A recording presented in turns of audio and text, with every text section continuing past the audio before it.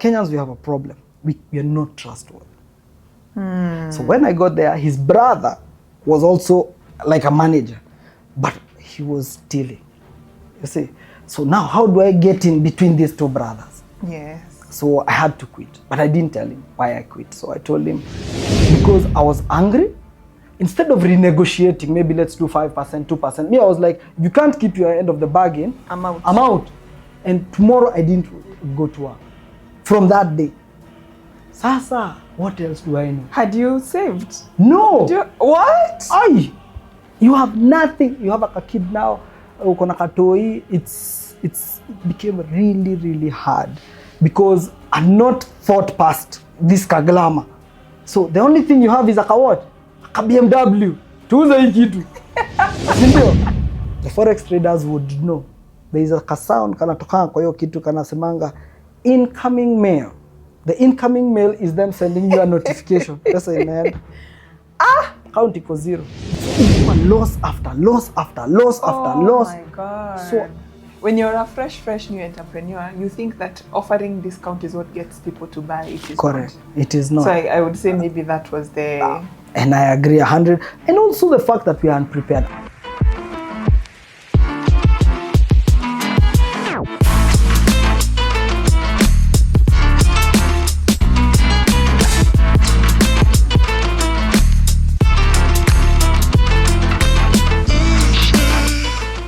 Good morning, good afternoon, good evening, wherever you're watching us from, and welcome back to yet another episode of Unprepared to Entrepreneur, the channel that brings you real, raw, and often untold stories of entrepreneurship.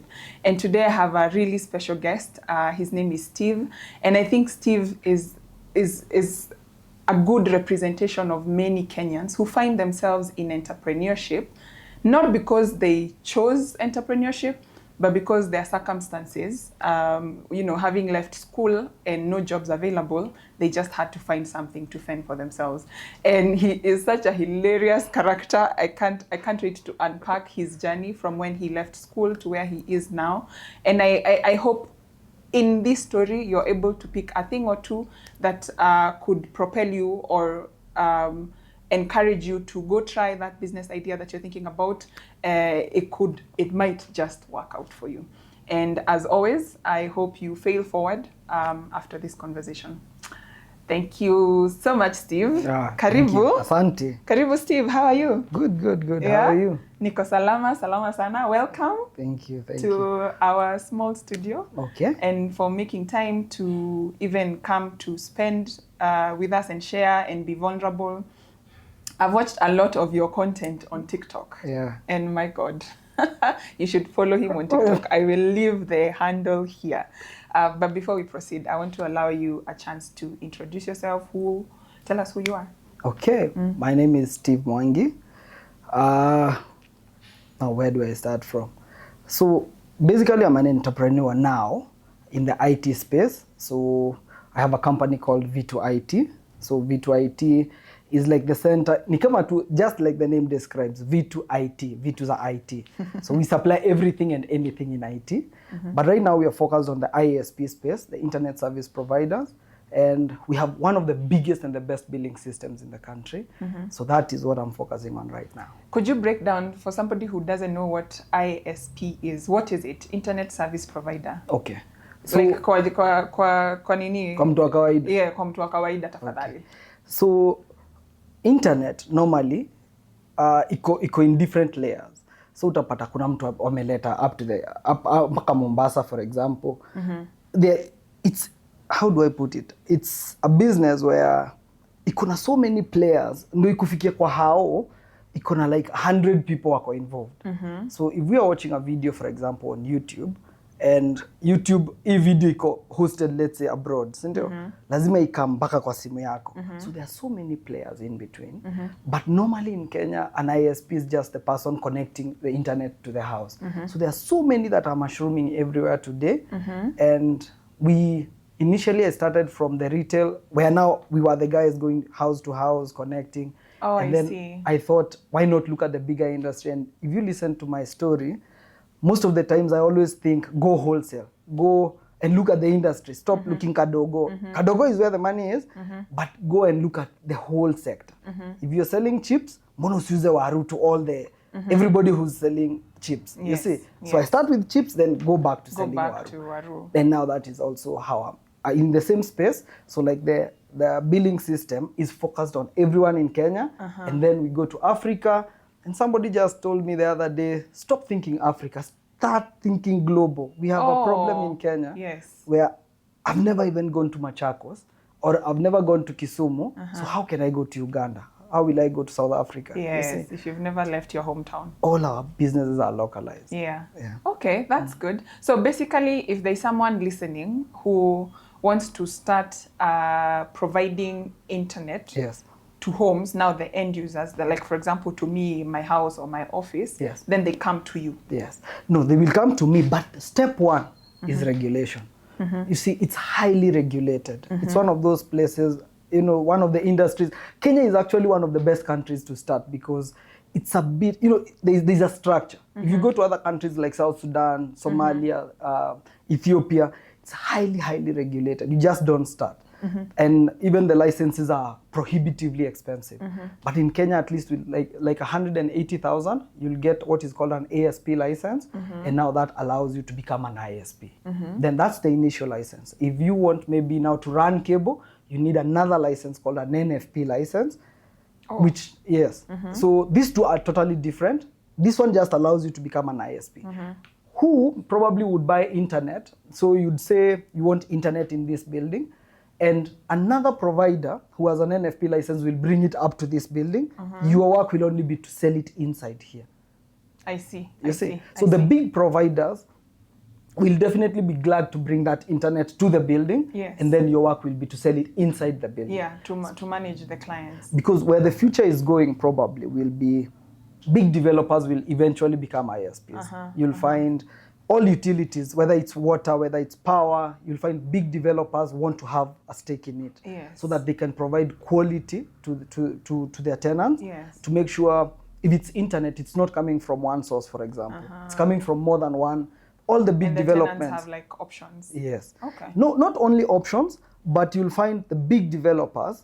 I won't mention the companies, but you'll find very big developers in this country actually have a policy where they cannot have internet from one player. So even if they're the only ones supplying, they'll have route A, route B, route C. So then the properties that have diplomats, that have influential people, always make sure that there's high reliability of internet in their properties. Okay, that's interesting. I am keen to hear about the journey. To now where you are.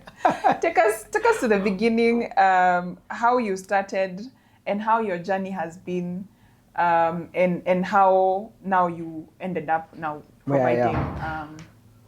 Thank you, Anne. So my journey started from not being able to going to Kenyan university, and coupled with, like many Kenyans, tukona mashida ya do, we are unable to make, you know, ends meet. Nilienda shule inaitwa Kirwara. Then I was Kirwara in Murang'a. Yes. So nikashindwa kuingia into campus. So hiyo time watu walikuwa naenda UG. Na wale walikuwa tukutu. Makerere. Naenda Makerere. So go to Makerere. I always knew I wanted to be a businessman, but I didn't know where. How did you know that you always wanted to be a businessman? I had a cousin who was very wealthy. Alikuwa na gold chains, gold watches, you know. Alikuwa na chachisha. Alikuwa na chachisha. Anaitwa Steve Mwangi. So he used to supply coffee abroad. Alikuwa na monopoly, almost like a monopoly of mitumba time ya Moi. So he was politically connected, and I thought, I want to be this guy. So actually I have his names because our Guka is the same. And now he would actually ask me, what do you want to be? Now, I wouldn't tell him I want to be you. So I would say, I want to be a business advisor. Okay? So then, nimeenda UG. So kwenda UG, it's that point when you've really disappointed your parents. Because I was an A student in primary school, upper high school, and personally, I don't blame myself. I feel like the type of school na ile shule unapeleka mtoi, and even the environment matters a lot. Because if your child is competitive, they will be number one at whatever is happening there. Kama kuna ndoma atakuwa number one. Kama kuna pombe atakuwa number one. You see, that's the difference, and that's why we should really invest in making sure that the surrounding mali unaishi, where our children are growing up, is actually a place where kuna tu a lot that unamuondolea without knowing. Yes. Just making sure that they're in the right place at the right time. So my dad told me, now you've really disappointed me, because I know so you're you didn't brilliant. like perform well in high I school? didn't perform well. Why? What because my focus, I really wanted to go to America, and I knew I was going to America anyway. You understand? So at that point, so sikuwa na focus na shule. So my dad told me, actually, you're not going anywhere. You're staying there because that's what you need right now. That is what is good for you right now. And I'm going to NYS. That was the point. So I went to the shop and told the shopkeeper, everybody knew the perform. So the shopkeeper was like, hey, ulipata marks ngapi? Kambia, hey, wacha tu. Kaniambia, don't worry. Kamwambia, I'm going to repeat form 4. Kaniambia, no, don't repeat. Go to UG. So there was, I grew up in Limuru, so nikaongea na. So the shopkeeper told me he knew another teacher who was in Uganda. Alikuwa aitwa Mr. Kitakule. So I was sent to Mr. Kitakule, talked to Kitakule. He said, no problem, I'll get your school in Uganda. Now form 5, form 6. So he got me a school. The school was cheaper than my nursery school. So it didn't make sense. Yeah. Shule ilikuwa sijui 15K. So what? Mzai kusikia it's 15K. He was like, there's no problem. That's why I enda, you see. Cheaper than kwenda hizi akina NYS and everything. And I was like, okay. Nikaenda UG. When I got into the school, ilikuwa inaitwa Ndeje High School. Nililia. I cried. Yani, ushaona umebeba bags and everything, you cry because ni kama na uko Makueni, uko deep remote village, iko place inaitwa Ndeje in Luero where there was a massacre in Uganda. It's deep in the village. Kuna triple decker. Ground hakuna floor, there is nothing. Unafagia kama oh my god. Yes. Ile tulikuwa tuna unamwaga maji na ni high school. Na ash msipate jiggers. Hapo ndo unazima kila kitu, TikTok, Facebook, kila kitu. Nobody ni kama enda chini kwanza for some time. So I would go to class and I had one objective, to pass. Sindio? If you call that school, I made sure I was number 1. Kila kitu. I would pray every day naenda kwa field usiku. Naomba naambia to God, I have one chance. So please just make sure each chance isiende to waste. So I was not performing very well in one subject, which was history, because we were studying European history, Napoleon Bonaparte nini. And it was the only subject nilikuwa napata C+, B. So the school was like, don't worry, because hizi ndio marks ziko shule. Maybe in the national exam you will perform. But I didn't have sikuwa na 2 chances. I had one chance. I went to Makerere University to nikaenda kwa department ya guidance and counseling and asked them, I want to pass and I don't have 2 chances. I have one chance. I have one. How do you assure me I will come here? Alafu nikakaa hapo kwa terrace, wale mademo wanapita hivi. Nuwa supu nikajua this is it. This is where I want to be. Hata wale wa shule wakiniongelesha, I'm not talking to them. Mimi dem angeniandikia kanote in class, I would not even reply. Nilikuwa na focus ile. Kama ni economics, if there is somebody you will ask, it is Steve. Yes. Kama ni break, I would not go. Kama ni lunch, I would wait. Time bell inapigwa kukuja is when I would go when they are coming. Nikule haraka. So it's like tuko opposite. Yeah. And finally I topped the school and nikaitwa Makerere. Congratulations. Thank you. So now you get to Makerere. Yeah, my dad amebambika sasa. And I go back to Makerere. And kuingia Makerere, I was now focused on business. So nilitwa Bachelor of Business Administration. And so now I really knew this is it. I'm going to be a businessman. Yes. And in the group discussion, that's when I first realized we had a disconnect. In the group discussion, and my group members probably will hear this, I told them, every time tuko tunachanga 5K, we send one person to Dubai, maybe tomorrow another one to Singapore, every time, because now we are like international students, you are coming with some money, extra money than the other people, we could easily contribute like 5K, I see. and give one person to go to Dubai, come with ideas, gadgets, things we can sell. Just go randomly. Randomly. Like you're not going for like an exchange program. No. Where enda tu urudi Where tuambie ukuje umeona utuambie nini. busy kwa aje Dubai. Because we are business students, right? That's interesting. So, kesho tukikusponsor wewe uende Singapore, utakama tupatie stories za Singapore. Tomorrow Hong Kong, tomorrow China. How do you choose who goes? So we just make sure everybody goes. Merry-go-round. Yes. So tutasema where you go, maybe inge work or something, but that's when I realized we had a problem. 90% of them told me, sisi tumekama hapa kusoma, tupite, tutafute job. Oh, you came up with the idea, sold it to them, they were like, they all turned that it down. does not make all any of them. sense. They told me it doesn't make sense. And so I realized, there's a problem. So nikaanza kuangalia, even in university, most of my lecturers are people who passed and now they became lecturers. Because they got a first class, they were on the dean's list, they became They've never lecturers. quite applied anything they're teaching practically. Zero. It's all theoretical. Yes, and that's why I'm happy with one of the universities in Kenya. What it's doing, like getting real people in business to, mentor the students and everything, that's amazing. Because most business school students had never talked to somebody who is in business. And so my point was, let me start early. So I started trying to apply for jobs. First year, nikakaa shule. Second year, I started applying for jobs. So the first place I went to was the biggest hotel in Uganda. The GM was actually a Kenyan. So I went and told him, now you come from Kenya, right?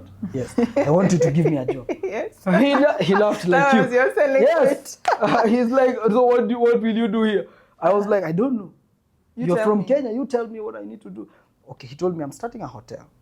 I want you to manage it. So he took me to his hotel. So I'm in second year. Now in his hotel, Kenyans, we have a problem. We are not trustworthy. So when I got there, his brother was also like a manager, but he was stealing. You see? So now how do I get in between these two brothers? Yes. So I had to quit, but I didn't tell him why I quit. So I told him, I have to quit because of school. And he said, I thought so. I said, what? I don't want to get into this one. Yes, yeah. So, okay. So I quit. But when I quit, my friend had an idea. There are people who were shipping things, let's say, to Uganda and were unable to clear them at the port. So one of the products that ilikuwa imekwama container was suits. Tukaenda kwa hizo go down. So people would go for the auction, buy, and now they need to auction them out. So we would go and tell you, we will pick samples, tuzunguke kwa maofisi, sell the suits, then come back, tukipata order, tunakam. Hata sikuenda 2 days. Day 1, I went to a company called Infocom. It was bought off by one of the ISPs now. That's how I got into the ISP Space, yes. Selling suits. Selling suits. So the person I was selling to was actually one of the best salesmen in that company. So I went, he was called Chris. I told Chris, hey Chris, hey, suit, you look good. And Chris was like, why don't you just apply for a job here? I told him, if you told me to come tomorrow, he told me, interview right now, they're interviewing. Oh. No way. Yeah, me and my friend, Dagi, who were hawking suits, actually went and interviewed. Dagi was not picked, I got picked. And now that's how I started working. So you didn't even sell the suits? I didn't sell even a single piece. But the suit got me into the company. I hear you, yes. Now, I sat with the CEO during one of the lunches. He had come, he was Egyptian. And no, he was not Egyptian, sorry, but he had visited Egypt. And he told me, the first $1,000 you make sure you visit Egypt. So I was not interested on the Egypt part. I wanted to know, how did you start? And where did you start? And he told me, I was a salesman like you. And that's how I actually started. Oh, really? Yes. Okay. So fast forward, I sold one product, it was Speedmax. I became #1 in that company. And I'm still in school. So an ISP product. An ISP Speedmax. It was called Speedmax. Then there was no fiber, so it was point to point. It wasn't KBs. Now we're talking about gigs, and that Which time it was KBPS. That was like back in 2011, 2010. So Fast forward again, I call my dad and tell him, Dad, I'm very happy. You know, I got a job. In Uganda now, I'm in second year. Yeah. He asked me, how much are they paying you? I told him 30,000. And he told That's me... 30,000 Kenyan shillings, I hope. Yes, 30,000. Hata sija confirmiwa, bado niko probation. So I'm giving him the good news, but telling him I've already gotten it anyway. Yeah. I'm already the best in one of the products. And he said, the problem with that is you won't even be able to fuel a Prado. I asked him, were you driving a Prado then? No, I'm not driving a Prado. So I'm very excited now for good news. Dad, what's the point? What's the point? And he told me, the best outcome would be for you to start your own business. So I'm in school and I'm still in this ISP working. And eventually, now I'm still thinking, how do I start a business? I don't know which business. Then it was complicated to even start an ISP. So I took Douglas, the one we had gone with for that interview. Now we were selling suits with, to kind of shoot, modeling agency. That time there was an advert being shot and Dagi was one of the models. There was a company here in Kenya that was getting models for Uganda, Rwanda, South Sudan. But the nannies were not very happy. The film director was not very happy. He kept getting the same models because the modeling agencies were also very few. There were like 2. There were not many. There were not many.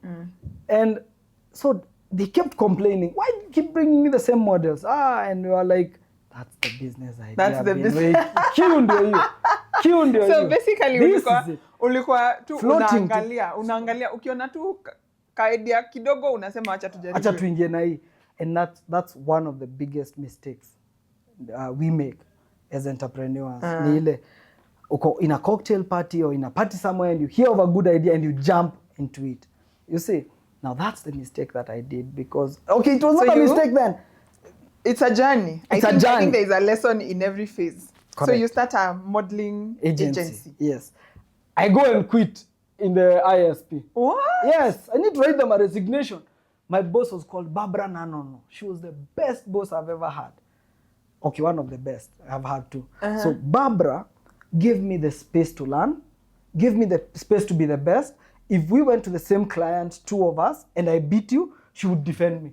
And it felt really, really good. Because I'm still in school, but the guys are like, they know I have to jump and go to school. So if I went to a certain client and I'm unable to go tomorrow because of school, then you would go and close and it becomes your sale. Then she would step in and say, no, you have to share the commission with Steve. He's the one who initiated the sale. And so when I quit, I went and bought for her a book and wrote to her, I've worked smart and I've worked hard, but I think this is impossible right now. And she laughed. She was happy. She was like, I knew, but I needed to give you a chance.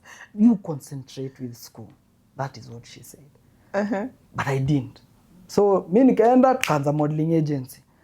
So, is it kama uliitaje hii modeling agency? Did you give it like a name? Dagi, my friend, is called Ondara Obure. So he wanted us to call it Double O because he's the model. You see, and I was like, okay, let's call it Double O. What's in the name? So we registered Double O Models Uganda Limited in second year. So we started in our sitting room. We had a sitting room. We had a house like this. So the sitting room became the studio. So kistopisha kadem kasuputa. Hata tungeona tu kadem kasupu hivi kwa mat. Unashuka. Hi, madam. Hi, would you want to be a model? You know, that was a pickup line. Ukienda Kikuyu, dem ashukie kino. Nashuka naye. Mbaya sana. Na akicheza hata kama ashuki na mwachia kadi. Double O Models. And we grew, and one of the interesting things is people are always willing to help you along the way. There was a guy called Herbert. Herbert had an office on Kampala Road. He was selling, then kulikuwa na GTV was starting and it was a boom. It was a competitor of this terrestrial easy TV. And he gave us a desk. So we had now an office on Kampala Road. So I legitimized the business and, he would just guide us on what to do. Maybe alikuwa ndo anaangalia. And so we started getting gigs kidogo, but the director who told us to come never gave us a job. He didn't even let us go to his desk. Alikuwa anasema hapo kwa reception, waambie waache their portfolio hapo nje. And so you promise my models, you're picking 1,000 from registrations. Kila mtu. That's why I made like a first 30,000 Nakumbuka. For registration of models. Registration of models. So what do you do now when you're not able to deliver? No, that's the problem. We are not able to deliver. So we needed to work extra hard to at least get our models on the billboards and on TV commercials for us to at least now sustain this biashara. Yes, yache kukani kama mnakulanga tu registration. Yes. You see? Yes. So now we move from that and tumegrow. A guy akatoka Scanad, Uganda, akaanza his own modeling, ad agency. The good thing, most of the ad agencies in Uganda, the top guys are also Kenyans. So yeah. Portfolio tulikuwa tunaacha tunaitiwa kamoja hapa, but there was no big bang. Hakuna a big success. The guy started Madman Creative. It closed down later. So I hope it's okay to mention Madman. Madman grow. It got a big client in South Sudan. So our models had now to change to become Sudanese. How? The ads are not necessarily shot in Kenya. The ad you see on TV might not be made in Kenya. Most of them used to be made in India and South Africa for the longest time. Now the region, most of them even today probably are made in Kenya. Because Kenya is like a hub for creatives and people who are really hardworking. And so you'll find the ad in Sudan might be made in Kenya. So now the model, because it's going to air in Sudan, needs to be a Sudanese. So you'll be told to look for a Sudanese model in Kenya. Now the problem is Sudanese have money. You know Kenyans don't have money, Ugandans didn't have money, so you could easily get models. Yes. Unaenda kwa Sudanese anakuja, how much is a normal advert? And you tell them maybe we pay $300, $400. Then they go to the back pocket and show you $500. And they're like, this is $500. I don't want that money. It was extremely hard to get Sudanese models. Because also the ones who are coming... The Sudanese in Kenya, yeah, they do. In Kenya or Uganda are the ones who have money. Yes. The ones who don't remain in their country, right? So these ones have come to school in Uganda and they kind of are the affluent. Yes. So they don't care about $1,000, $500 in an advert. No. It was extremely hard, but the good thing, we were on retainer of like 200,000 minimum from now the ad agency. And so now that started picking up. Pole, but now they closed down. What happened? Mismanagement. You know, everybody was young. Everybody was in their early 20s. So sherehe, partying, there was no structure. So, and this is characterized by the fact that we also start businesses without any preparation. We just start, you know. And mentorship. Because we start biashara because of circumstances. You've been fired, you've retired, or, you know, there's a problem. Right. And that's the reason to go to business. Remember, you paid school fees for engineering to become an engineer, but you don't want to pay school fees in business. So what's your school fees? Losses. Yes, so to go learn about how to build a business. Yes, so your school is try and error. Your school is try and error. So the initial losses are the school fees. Hey. And that's what we don't want to pay. Sindio, you'll hear loss, small profit. Sindio? But these losses were the school fees. Yeah. And it's what everybody thinks and hopes, and the guys at home would actually think, you know, kikiumana, I'll jump to biashara. Yeah. You need to start early. You need to start early and start kidogo. That is not a good plan. Kikiumana nitaingia biashara, not a good plan. No, not a good plan. And anyway, so from the modeling agency, MTN started registering more people in mobile money, onboarding mobile money clients, and we had seen the success of M-Pesa in Kenya. Double O models converted into an agency under MTN. But now we split. Dagi remained with Double O. I registered another company called Versatile. The biggest modeling agency in Kenya was called Versatile. So I copied their name and registered a communication company in Uganda. Why did you copy? Because they were really doing well. You wanted to borrow from the name. At least to kika. You know. How are you getting these jobs? Like how do you get through the door at MTN, for example? How do you get it? That's I would say, honestly, I don't know. That's the one thing that I've discovered that is the hardest for most people, but not hard for me. Let me give you an example. Yeah. Fast forward, then we go back. Okay. Just when I was in retail in the ISP space, how I would go to the CEO forums, I would make sure all the property developers association meetings I'm there. You see, I want to be at the heart of the industry. So if today I'm in the ISP space, I'll talk to the biggest ISP from them, because they are usually willing to help. How do you do that? It sounds easy. I'm asking because I know it's not easy for most people, especially for guys who are. How? So this is how I think, and the people in business development will probably think. They need you too. The big guys need you too. The big guys cannot be big without the small guy. Yes. So usually you find the big guy is looking for the small guy, but the small guy is timid and unable to reach the big guy. So the day you just knock doors to the big guy, he's like, welcome. I was always waiting for you. I went to one of the biggest telcos the other day, and they've been trying to reach out to the small ISPs, but they are unable to get to them because most of them think this one is too big for us to deal with. And that creates room for middlemen, because the person who goes there first probably gets preferential treatment. And if they grow to a certain level, you'll be unable to reach them. Yes. And so even in Uganda, like when I was going to MTN, I went to, it was called Public Access, their office. When they were starting, I was at the heart. Wakianza, first agency, it was versatile and double. Now, but then we had a challenge. Ugandans don't have IDs. Don't have? IDs. Most of them didn't have IDs. So, ID cards. ID cards. So it's not like Kenya. Kenya, you just go to a market and register. Yes. So there it was, figure out how they can go to a cyber, create academia ID.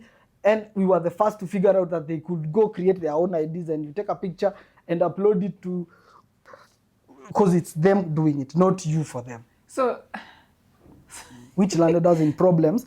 After some time, it was not the government ID, but you see, they would use school ID, hostel ID, any ID, whatever identification, because they are required to have an ID to register. Double O and Versatile were #1 agencies in Uganda again. Wow. Yes. So now there, you're still in school. I'm still in school now. How are you performing in school? Very well. But now there was a problem. I dropped out. Of school? Yes, because now this one is becoming too juicy.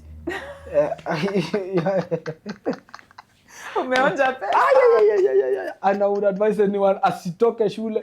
And then at that time, Facebook, many apps and many success stories from the US and the West were that people would drop out when they're doing well. So I thought dropping out was out of making money. Kumbe, they would only drop out because they were so far ahead of what is happening in class, what they're being taught in school, not because school is not important. You see, I didn't know that, so I dropped out also. Now that, I would later suffer for that. Because you see, we had a study group, you have people you've dealt with in first year, in second year. So by the time you're going to third year, by the time I went back to third year, I went back alone. These guys had graduated. Yes. You see, now that was a problem. And so drop out of school, grow now the agency. Grow it seriously big. I had branches, 10 branches in different counties now in Uganda. Yes. Yes, it was, I would say. And literally, like most of the companies that got that chance in Kenya now when Safaricom was launching, those guys are billionaires today. Now, there's a problem in Uganda. Interference and influence of the people who have a lot of money. So they came, sat. So you see the agents and their dealers. So the agents are way smaller but many. But so it becomes hard for the telco to deal with so many agents. So there were like super agents. We would have like 50 agents under me, and then the big agency, and then the dealer. Now the problem is the dealers sat down with the telco and decided, we need to do away with these menace down here to structure them. Why don't you bring it to the dealers to manage it for you? So remember, we are getting commissions from the telco directly. The dealer comes in between and says they are going to take 50-70% of the commission. So if you're receiving 500,000 or 700,000, it's slashed to like 200,000. You had operations, you're going to different counties every now and then. You're in school. Now I've gone back to school to try and finish school. it did make sense. So it was time to leave that business. Focus on school. That is Maliza. Oh, that hurts. It actually hurt the most, and but it taught me something. How are you feeling when now all this is going on? You know, now literally you've moved from, let's say, 10 million to 2 million. Yes. Or 3 million. No, that time 2 million in Uganda unaweza nunua kila mtu. It was just hundreds of thousands. And I'm just giving an example. No. Yeah. It was just hundreds of thousands, and it felt really bad because you've worked, you know, it's like stairs. You started at the bottom, you've climbed up to a certain level, now you've been brought back down to climb again. So what I did is I closed the whole agency, finished school, then there was a lady who came to UG. And now I started M-Pesa, not mobile money.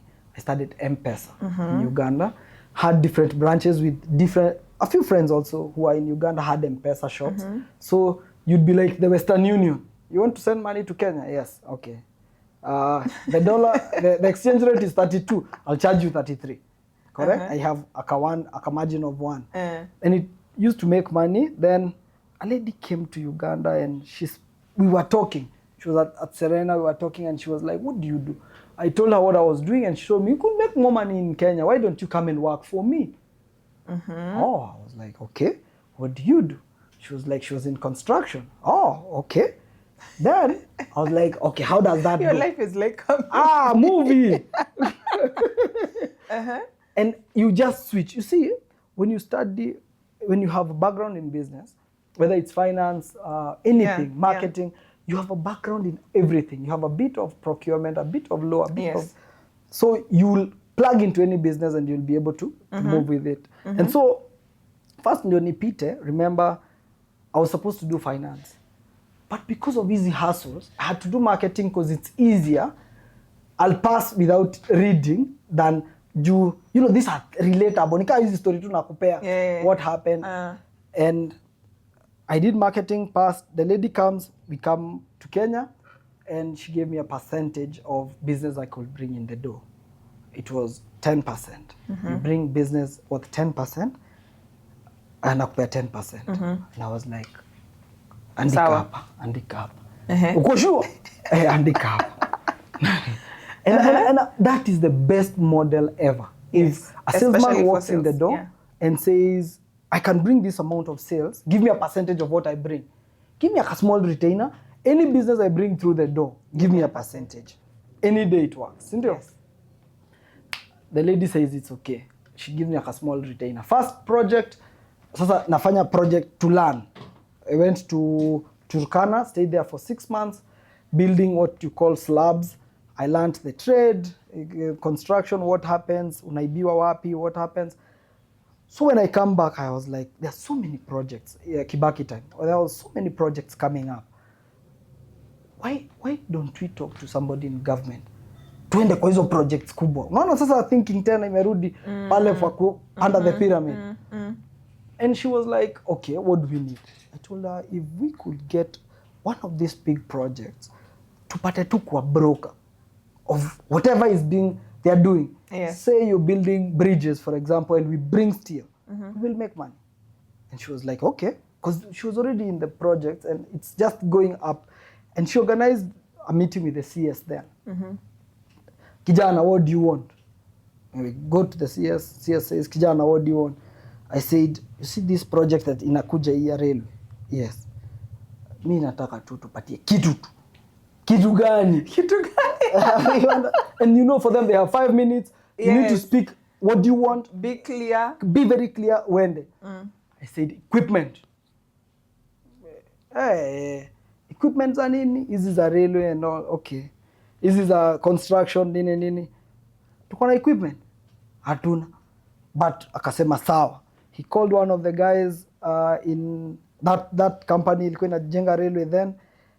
We got a meeting the following day. And the Chinese came to the office. And they were like, now we want to see the equipment. Mimi ndio nimeorganize hii kizungumkuti yote. How do I get us out of this quagmire? Yes. I told them yadi yetu iko karibu Nakuru. They had come kitu 3. And I knew they are coming from this side of Mombasa Road. So going again to Nakuru, they don't want. They were like, okay. We won't go to the yard then. Can we have the equipment tomorrow on site? Of course. We will have them on site. What do you want? They wrote a list. Such a salesman. Ulisikia wapi? Hata sijui equipment tutatoa wapi. So now we jump into frenzy mode ya kutafuta equipment. Everywhere unaonanga equipment kwa barabara hizo za barabara. Kuingia huko. Nyinyi mnakomboleshanga how much? 5k. Nyinyi 2k. Nyinyi 3k. By the following day we had at least the equipment they needed on site, and the rest was history. Company can grow by leaps. It can grow. But did you get your 10%? I got my 10%. The lady bought me a BMW. Oh, wow. Yes. First time, my first car was a BMW. But you're the one who chose the BMW? Yes. Big mistake again. That's our bicycle. Yes. My choice ilikuwa BMW or Mercedes-Benz. So I only wanted, and I'm 28 at that time. First car. Getting married, sasa, things, life in a move fast. One of my uncles called me and told me, when the car came, you need to sell that car. And at your age, you need a kadudu that can take kids to school and back.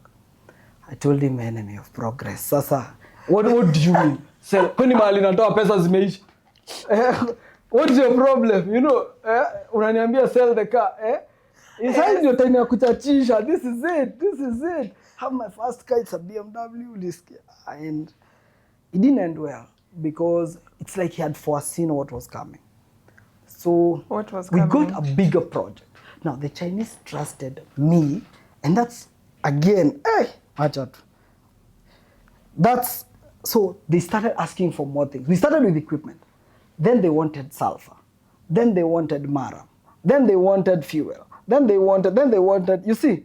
But now this looks like it is my business. I'm the one now bringing the business. Remember me ndio naamka naenda huko every day. Yes. So if they need something, they come through me. You. So I come back to the business to say now they need this. 10%. Now they need this. 10%. The 10% grew and it became too big that the company now offered to employ me and give me 100,000. I'm driving a BMW. 100,000. 100,000. Me garage na chini ya full tank. How? What do you mean? So I quit. I felt really bad and I quit. But was it because you were making more money, or was it because the company could not meet that expense? It is because of the 10% would result into millions, hundreds of millions. No, ni sawa, but si ushatengeneza yako. Watu waangaliangi hivyo. No, you get what I mean? Yes, of course. If you're making 90%, then what's your interest with the 10, right? Yeah. That's not how people operate in Unless maybe for some of the products, maybe because the margins are low, we can discuss tuseme sasa kama ballast, for example, tunaweza reduce. Ballast is kwa 10% because cost yetu na selling price equal 5. But sasa scrape off yote. So point ni, it's not 10% of gross. It's 10% of what we make. It's not 10%. So then what if is the project the is problem? 1 million shillings, I'm not asking for 100. I'm asking, So then tumebakisha. what is the problem? Then I don't understand. The problem is usually the people around the entrepreneur. My employer, the friends, thought she had a bad deal. Make sense? She had a bad deal. And what's the bad deal? You can easily employ people like this. Why does he have to get 10%? Oh, you try. You see? Try employing, then you will know. You see? Yeah. So immediately, employees came in and I had to step out. And now stepping out, so hapo sasa ndio kiliniramba. Because I was angry. Instead of renegotiating, maybe let's do 5%, 2%. Me, I was like, if you can't keep your end of the bargain, I'm out. I'm out. And tomorrow I didn't go to work. From that day. Sasa, what else do I know? Had you saved? No. What? You have nothing. You have a kid now. Uko na katoi. It became really, really hard because I'm not thought past this kaglama. So the only thing you have is a what? A BMW. Tuuze hii kitu. Sindio? But remember, I had the experience ya kutengeneza barabara. So through now that experience. Through even the circles. Through even the ladies' circles. And one of the friends had a project. Yeah, 120 million. And we approached the friend. And the friend said, I will give you a subcontract any day, any time. As long as we agree, I keep maybe 30%. You guys finance. We looked for people now who have money. Let's do this project. Yeah. Biggest mistake of our lives. Subcontracts. Sub. So the person the government knows is the contractor. You, the government does not recognize you. No. So once we are paid, then once they are paid, they don't have an obligation to pay you. We didn't even have a contract. It's you did not have a contract. It's tumeskizana. Tukafanya project. The project was phased, right? So we do first kilometer, you pay. He paid the first kilometer. So we even went borrowed, tukapata equipment, tukafanya 2 and 3. Hardworking people. Kulala juu nataka kuonyesha vile wewe ni kijana successful, very young.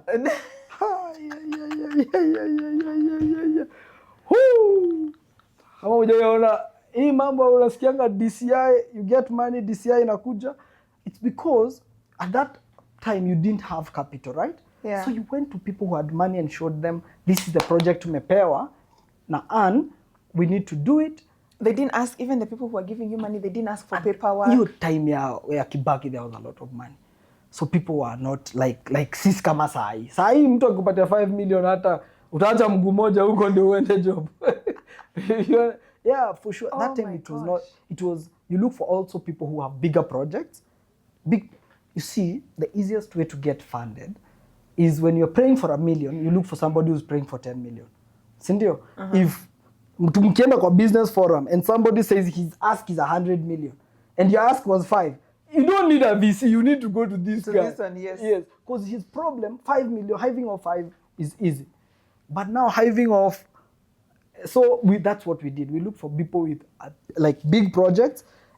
This project looked small and they easily funded. So they paid first kilometer. They paid first kilometer and we were able to return. And third? Second and third now, we got more loans.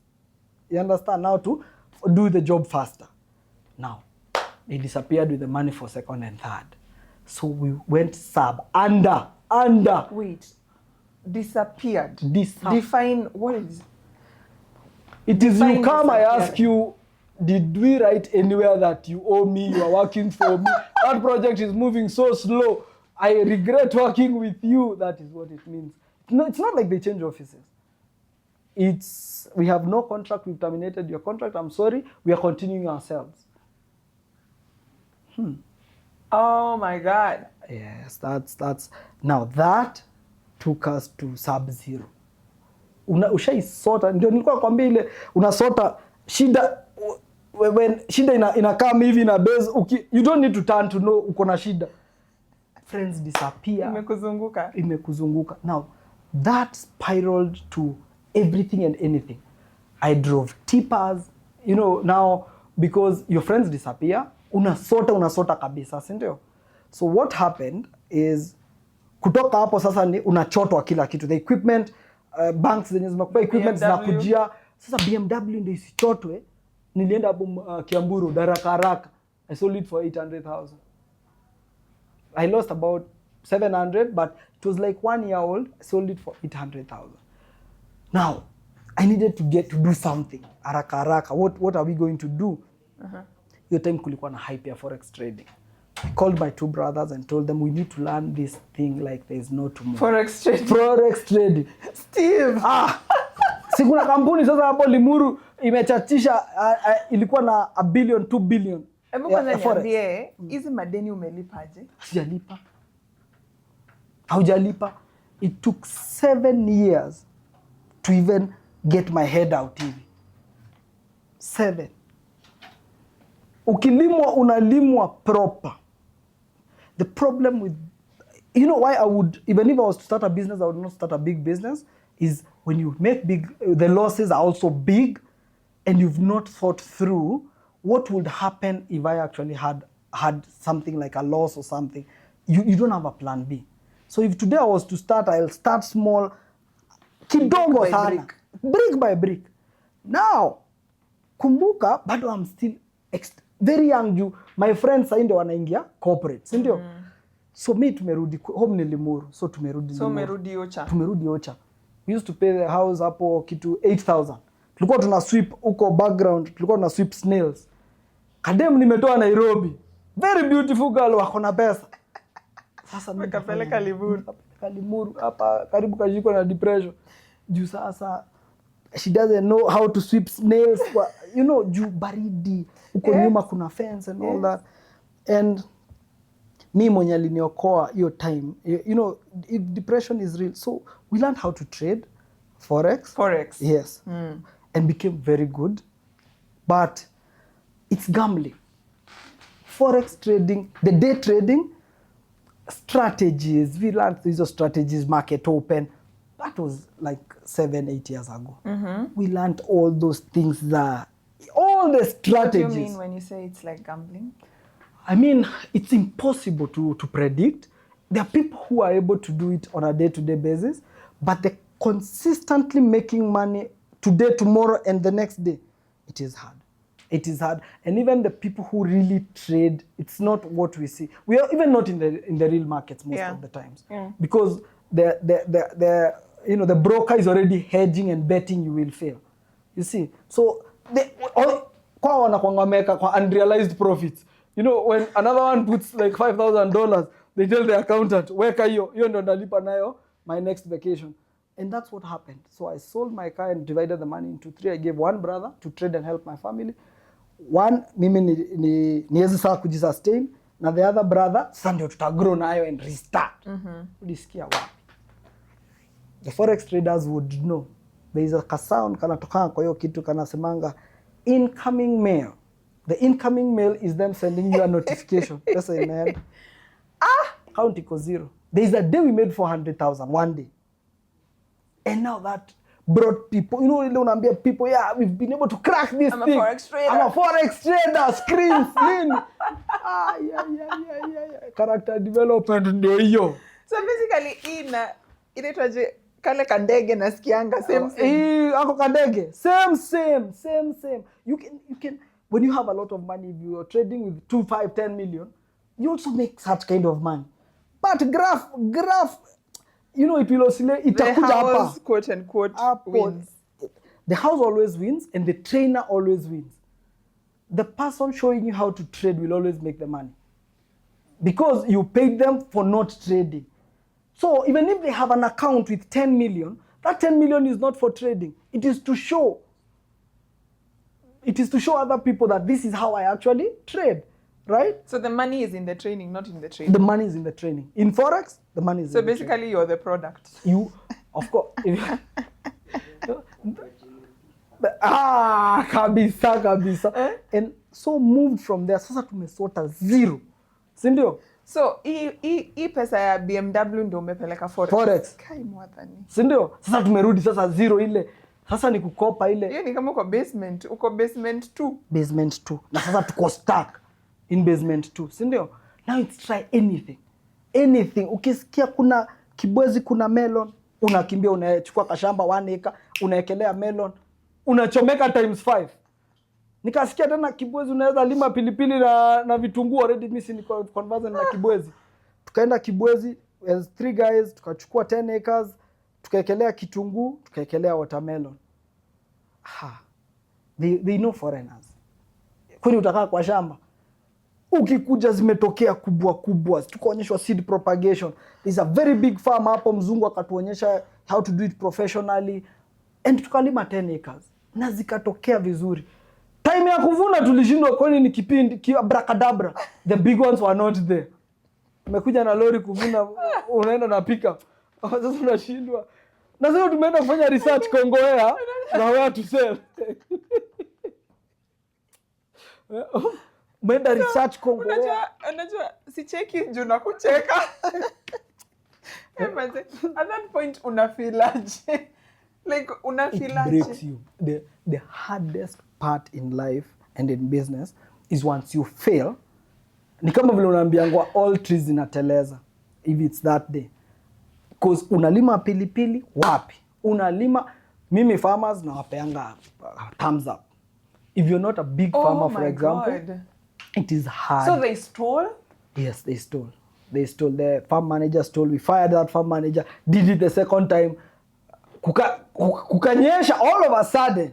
Kukanyesha mvua ikakata ile shamba na nusu. You see, because we had taken a shamba that is touching the river. So ilikuwa loss after loss after loss after loss. Oh my God. So I came to some guys there, walikuwa naendesha tippers, and I told them to give me a job. Sahi tu uko tu zile za sasa. Nipeni tu job. Chochote tu. Wakanipea job, nikaanza kuendesha tipa usiku ya dumping, kutoa tipa tao kuipeleka nini? Kayole kudump. Mimi Like garbage. Not garbage, when they wanachimba when they're excavating. Oh, I see. I see. So I did that, then katoka hapo. You know, I've tried all manner of things. All jobs. But there was a friend of mine, alikuwa UG. She was a lady and she used to sell jeans. So I asked her, "Uwezi ni spot hata kama ni jeans za 100k, nijaribu." Akaniambia, "Why not? You come." So at this point mbona ufikiri kutafuta job? By the way, I think jobs were not for people like us initially. Bado nilifikiria kutafuta job, but not at that point. So nikatoka hapo nikakimbia UG. Dem akanipatia jeans za 200,000. Nikakuja nikaenda the mall hapo Westlands. Shop 25k, nikaeka jeans 1,000. Offer. Tunataka sasa turnover. I've always known, ukifanya biz afadhali, turnover is better than profits. You'd rather have a huge turnover than margin kubwa and there is no turnover. Nikaenda hiyo shop, I think tuliuza jeans 4 in a month. 4. 1, 2, 3, 4. Na naisema rent quarterly. Nisi kungoja time ya rent. Nilichukua jeans za 196,000, nikafunga, ship back to Uganda. Nikajua that one is not for me. Ukamrudishia? Nikamrudishia because you know she was doing 3 containers a month. I think that's where when you're a fresh new entrepreneur, you think that offering discount is what gets people to buy. It is correct. Not. It is not. So I would say maybe that was the... And I agree 100. And also the fact that we are unprepared. I'm going to an industry. Right. I don't know. Location first, the shop was underground. Right. Unaona? Then nimechukua shop that is way expensive. The location is just wrong for jeans ya 1,000. Even the people in Westlands coming to my shop would wonder, what is wrong with you? You understand? Okay, jeans, how much? Your positioning, pricing strategy, nini has the aligned at a location. It was totally wrong and I felt like something was off. So tumeachana na hiyo biz. So umechoma deposit, juu lazima ungepeana deposit. Yes. Alafu hii quota 2 ka... Hakuna biz. So mimi nimerudi home sasa Limuru tena. So tumekaa tu and hizi business zote zimekuja spontaneously. A guy told me alikuwa anataka viatu za jeshi.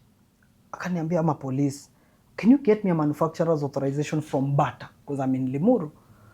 I'm like, "Yeah. Okay. Utanilipa?" How much?" "Oh, usijali wewe ndio uchukue." So nikaenda Limuru kwa manager wa Bata nikamwambia nataka manufacturer's authorization. Akaniambia for which order? Nikamwambia and he gave it to me. The guy sent me 40,000. For a letter. What does this guy do? Your antennas are up like I immediately. You're like, can we do coffee immediately after? Can I bring it to you so that you meet them? So the guy came to visit and he pitied me. Vile sana nilikuwa tunaishi. Akama akafanya shopping, akaleta carpet, akafanya. There are those guys who are just God sent. And he told me, acha kukaa Limuru, twende Ruaka. He went to Ruaka, he paid my rent for 3 months, took my kid to a school in Westlands. What? Yeah, he did all that and akaniambia, "Now, don't mind, you're my age nini, but you'll be my runaround." I said, anything. Mimi hata ukitaka kwangu, you know. Yes. And he really helped me because so yeye alikuwa anafanyanga supplies. So that's how I learned also biashara ya supplies. So nika learn supplies. Now any ideas I'd have to bounce through him and one of my brothers is a medic, the other brother is a developer, software developer. So we teamed up, the 3 of us, and said, what can we do? History of Forex work out. What can we do? Together, yeah. And my brother, then he was in KNH, he told me the systems in the country, the hospital management, ziko na shida because they usually come top down. Can we develop a system that is bottom up? What does that mean? The nurse understands the system. The guy at procurement understands. The pharmacist understands. The doctor understands. And we were like, who would be the best client for this? Began another problem. We thought the government were like, let's do it. Do a big system for free for all the hospitals in Kenya. Big audacious dreams. So tukasema, okay. So at least I'm able to survive. I convinced the guys who are doing supply, juu wako na ofisi kubwa, tulete developers, and they hired 10 developers. Over time, we created the best HMIS system, I believe. The best HMIS system. Yes. So, is it still up to date? No, it is not. So we went, Kina John Hopkins were chipping in terms of helping us do it. Guys in Rwanda, GIS, so many organizations were chipping in, and went to the guys in eCitizen, they would show us what to do, and it was done. Now, the problem with entrepreneurship and even people in IT and other sectors and engineers is you think more about the product than the consumer. So now we go to the market. Our market was one, the government. So we went to the ministry. They thought it was brilliant. It was time to launch it. Okay. Now, that's not how government works. You don't just come with your product because it's superior. We take it up and plug it in. No. There are processes. There's bureaucracy. It's that. They're the ones to. So now maybe the best thing would have been to wait for the next request for proposal. That would have been, but now like a tender proposal, and then make sure it's aligned to your. That's what most software companies who work with government do. Yes. So your tender document, technical requirements, make sure technical requirements ni za software yako. Exactly. Unatoa kila mtu mwingine. Na hivyo ndio tulikuwa tunafikiria. And the challenge is the government was already working on a similar project. The budget was in the billions. Sisi tunasema tunaipeana for how much? For free. You are still doing it for free? No, we are doing it for free because the strategy is not to sell the software. It was to? It was to monetize other areas. For example, that system was made in such a way that it knew someone before they were born. It would have all the medical records in it up to there. So data is how you are going to monetize. That was where the money was. And also data to the pharmaceuticals, to, where the problems, cancer registry. Hey, man, that's a big audacious. It was big audacious because it was, if you have an accident, they would just take maybe your fingerprint, a retina scan, and they would be able to know this is so and so. He's allergic to this. It was brilliant. The guys in that room were brilliant. We had never thought it should start the other way around. It should start from the government coming this way. So when we went to the government and they told us, we're already working on a similar project, they produced a whole blueprint showing us how their system was working.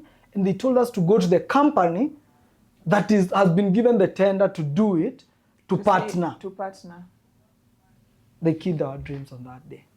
Didn't you? Maybe you didn't think to go to private hospitals? That was the problem, because now also the guys who are financing it were a bit impatient when it got to that point.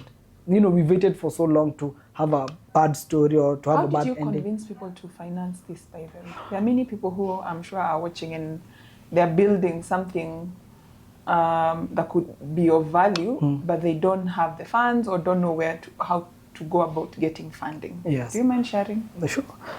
The easiest way to get some bit of funding, one is to try and bootstrap first, get a minimum viable product by yourself. Then it needs to come from your circles. It needs to come from family, friends, and fools, right? So either your family or friends, keep talking about what you're doing. Yes. I'm building this, I'm trying to develop this, and somebody will hear about it and will be interested. Yes. And there are also fools who have money and they just want to try. Yes. Yes. Initially, when you're starting, those are the only 3 people who will invest in you.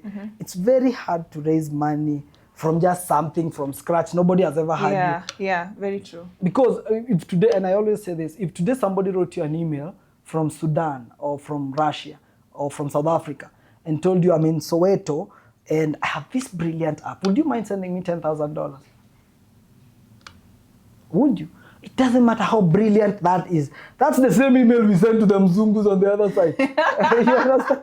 It's true. Yes, only that you're sending it at a different level, hoping that your story aligns. Yes. Even for them, relationships work better. The people who've raised funding the first time can easily recommend you. Or raise the second time. Yes. Startups will easily fund other startups than you raise money the first time. That's true. Yeah, so it's extremely hard. And that's why even the money came from that circle. It was convince your friend to, I'm thinking of this, can you have a piece of it and we do it together? And so we did the HMIS, the dream died, we closed the office again. You need to start all over again. As in, life now at that time now I'd given up. You know, people underestimate how these beatings sort of chip at you.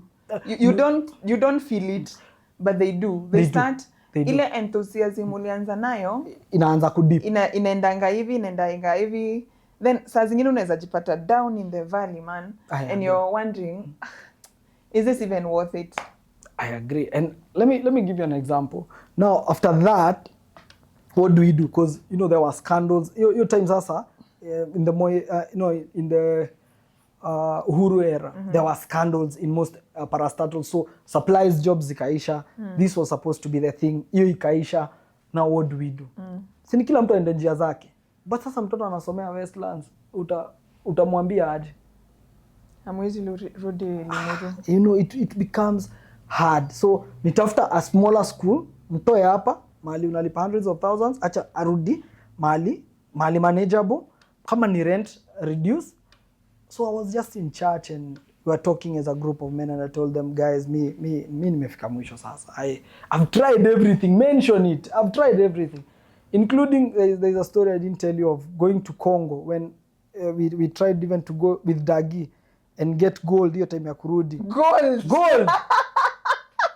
Auro and diamonds. Lazima utupatie story ya gold. Basi tena warudisha nyuma mpaka hapo kwa gold.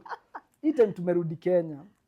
We thought, why not go to Uganda and buy gold? Or Congo. Yes, there's a border. Not achana hii south. There are 3 borders. So moja ni uko north, kuna ingine hapa south, hapa towards the western Uganda, and now there's the other one people pass ya Goma ya Rwanda. In the north it's rare for people to go, but uko ndio mines zile kubwa ziko. But because we've lived in Uganda, we've met these people, we knew. I think it's Koboko. I don't remember the border.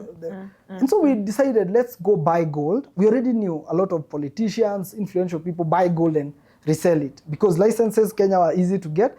There was a time there was even complaints that gold inapitia hapa sana. Sindio? And so we thought, si hata sisi tu. Si tujaribu. So hii gold utauzia nani? Do I know? Ama ikifika utadili. No, tutajua kwanza ifike. Acha gold ifike kwanza. Si tu concentrate na sauce.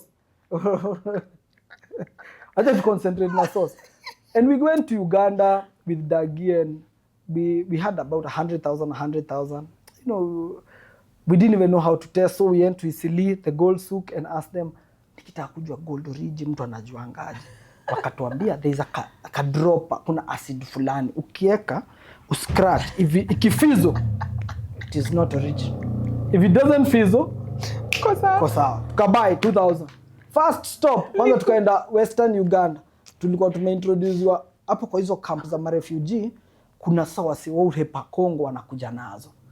So tukaletewa tu pebbles.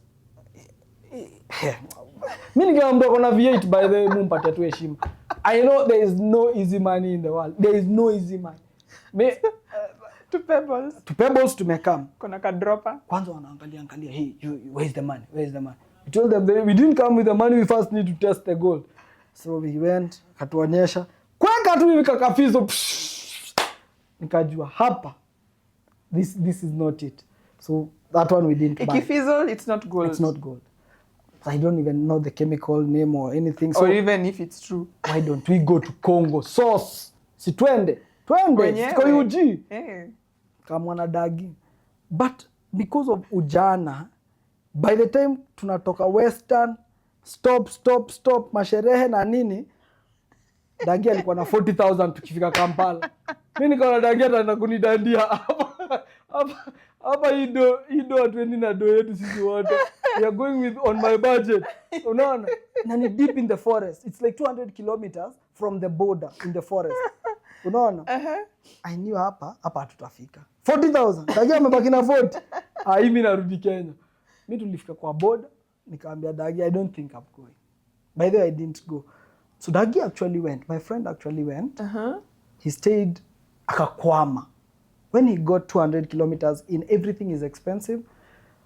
Akakwama huko ndani. And it was a hassle even to try and get him back because kuna rebels, kuna, he would just call you Thuraya, just calling on the satellite phone is expensive. But he told me, alifika, akaona gold, he had no money. It was time to come back. And that's the other mistake that we all make.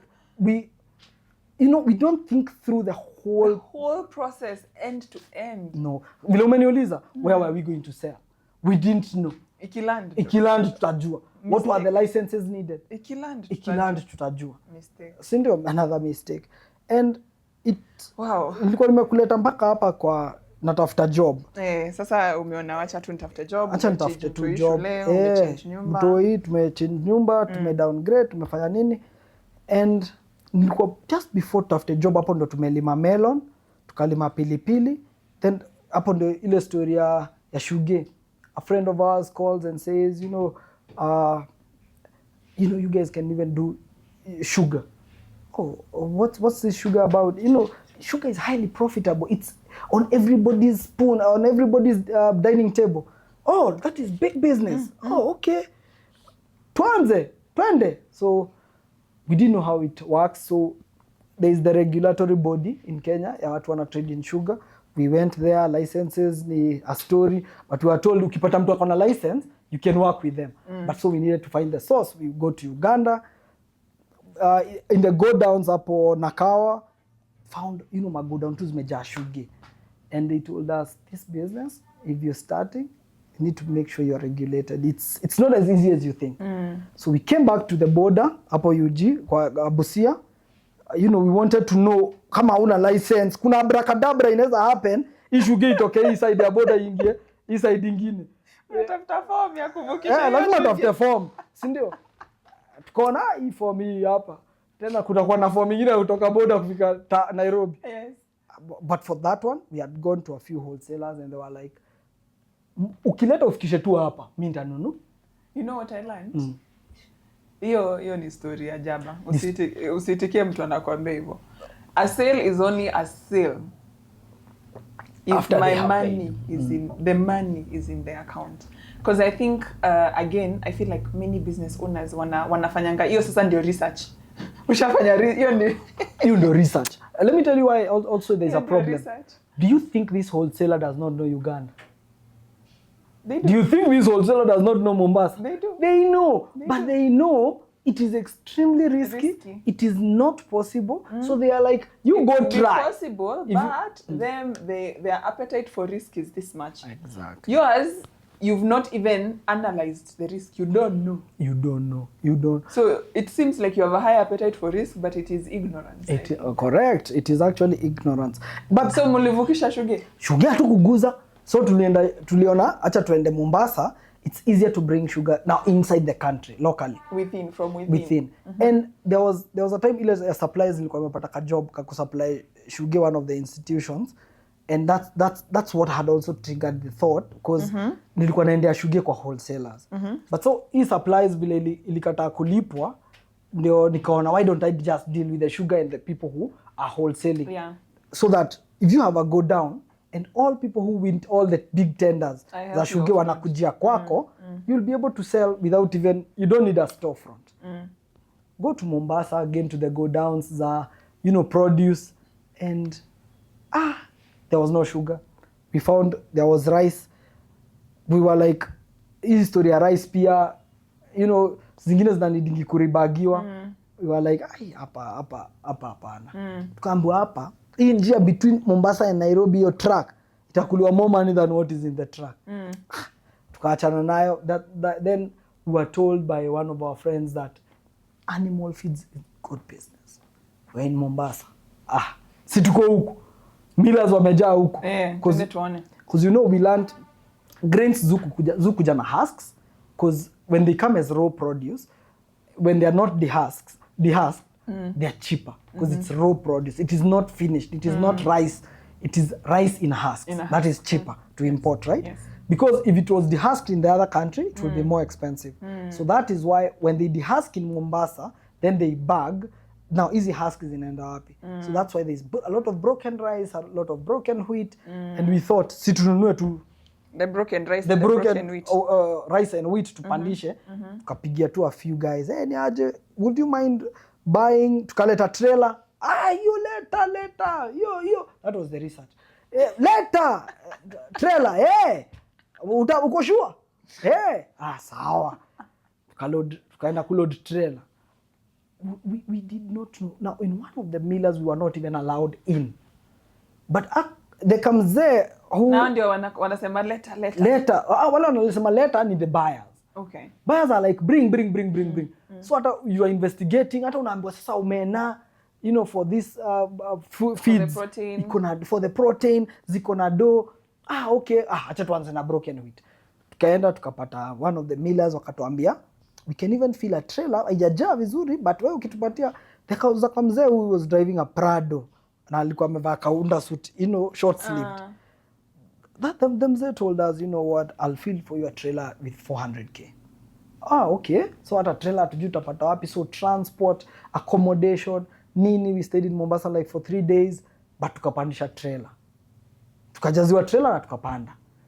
Only to get to some of these animal feeds resellers, and wakiangalia tu wanakuambia, the factory ilifagiliwa tu ukaekewa ukaleta, and inauma because that's at that point you're broke, so even that's your saving grace, like literally this kiumana we umeisha, you're back to sub zero. Wow. Aki, first of all, I can't believe you're still breathing. History yote haijakuwa. Na si mimi, kuna watu wengi kama mimi huko. 1000%, which is why I actually called you and I wanted you to tell your story in like the rawest version, just the way you're doing it. But then I want to know, how did you now sort of navigate from kuna hii biashara to stop, think it through? How do you transition from ule mse wa impulse to mtu wa biashara ame relax na anaangalia hii story end to end? Okay, so what really happened was makaa. Kimaliza hiyo, I went to Chaco business. So nakumbuka ule dem wa jeans. Mwenye ulirudisha jeans. Ule nilirudisha jeans. Nikamuuliza, what are you doing these days? She told me, I'm in makaa. I asked her, what is makaa? Because Ugandans can say makaa. She would be like, makaa. You don't understand makaa. It is used in your country. I bring it to your country. We can even collaborate. Na later, you sell in Kenya. Now, the problem with me is thinking, why should she bring? Siniruke niende UG, niende kwa boda ninunue. So I just got on a bus, went to Busia, observed that day she sold 3 trailers of charcoal. Each bag on that side was 1,000, 1,200. Each trailer was like 400 bags, 1.2 million per day. Nikamwambia, what do I need? What is the cost of the makaa? On her side.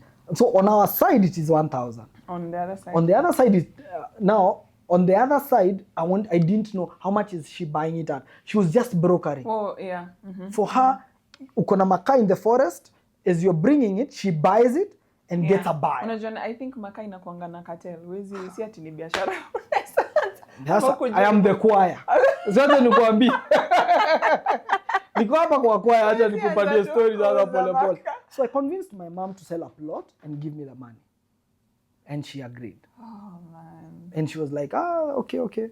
She gave me 1 million shillings. Bless our parents. Bless our parents. And naenda kwa biashara that I don't know. So I went to the lady at the border and told her, sasa mimi sitaki kubroker, nataka kuproduce. Unataka kuchoma. Kuchoma. So she told me this makaa comes from the border of South Sudan and Uganda. Okay, I'll go there. So kaniambia wewe panda gari hapa, nunua Scavana, that's the power source mbili, and buy forest. So mimi nikaenda. The first day unajua mtu, so she gave me a guy on that side. Tukafika. So me I need to negotiate, nilipe, tuanze job. Nikapata wase, nikawabaia tents, Scavana, everything, about everything. Nikatumia about 300,000.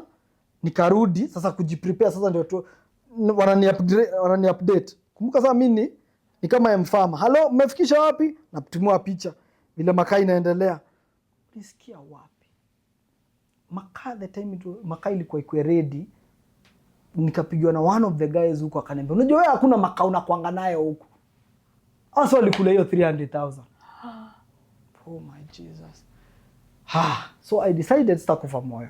What I'll do, then nikatafuta soko huku, kenda first realize big hotels even in Kenya use makaa for nyama choma, the grill. Yes. So it doesn't matter how big the organization is, they still use makaa because of the taste of the nyama choma. And so I went to a few hotels and they told me, for us we just use one guy, we don't know any other guy. If you can bring good quality charcoal, we will buy. No problem. Nikachukua bag nini nikasema nikirudi Kenya ndarudi na makaa, one way ticket. Nikaenda nikabuy forest like now another forest like 50 acres. So farmers, it's very fertile on that area. People want to clear the land to till walime, but they don't have the money. So Kenyans mostly would go there, clear for them, choma makaa and leave them free land. Yes. And also pay them something small. Yes. So they would not charge you like at your lot because they also want you to remove the trees. Yes. So naenda na mark, I got a team, tukaingia huko. I'll send you the pictures. Why? Stayed there for like 6 months. The problem came, nikaleta the first trip.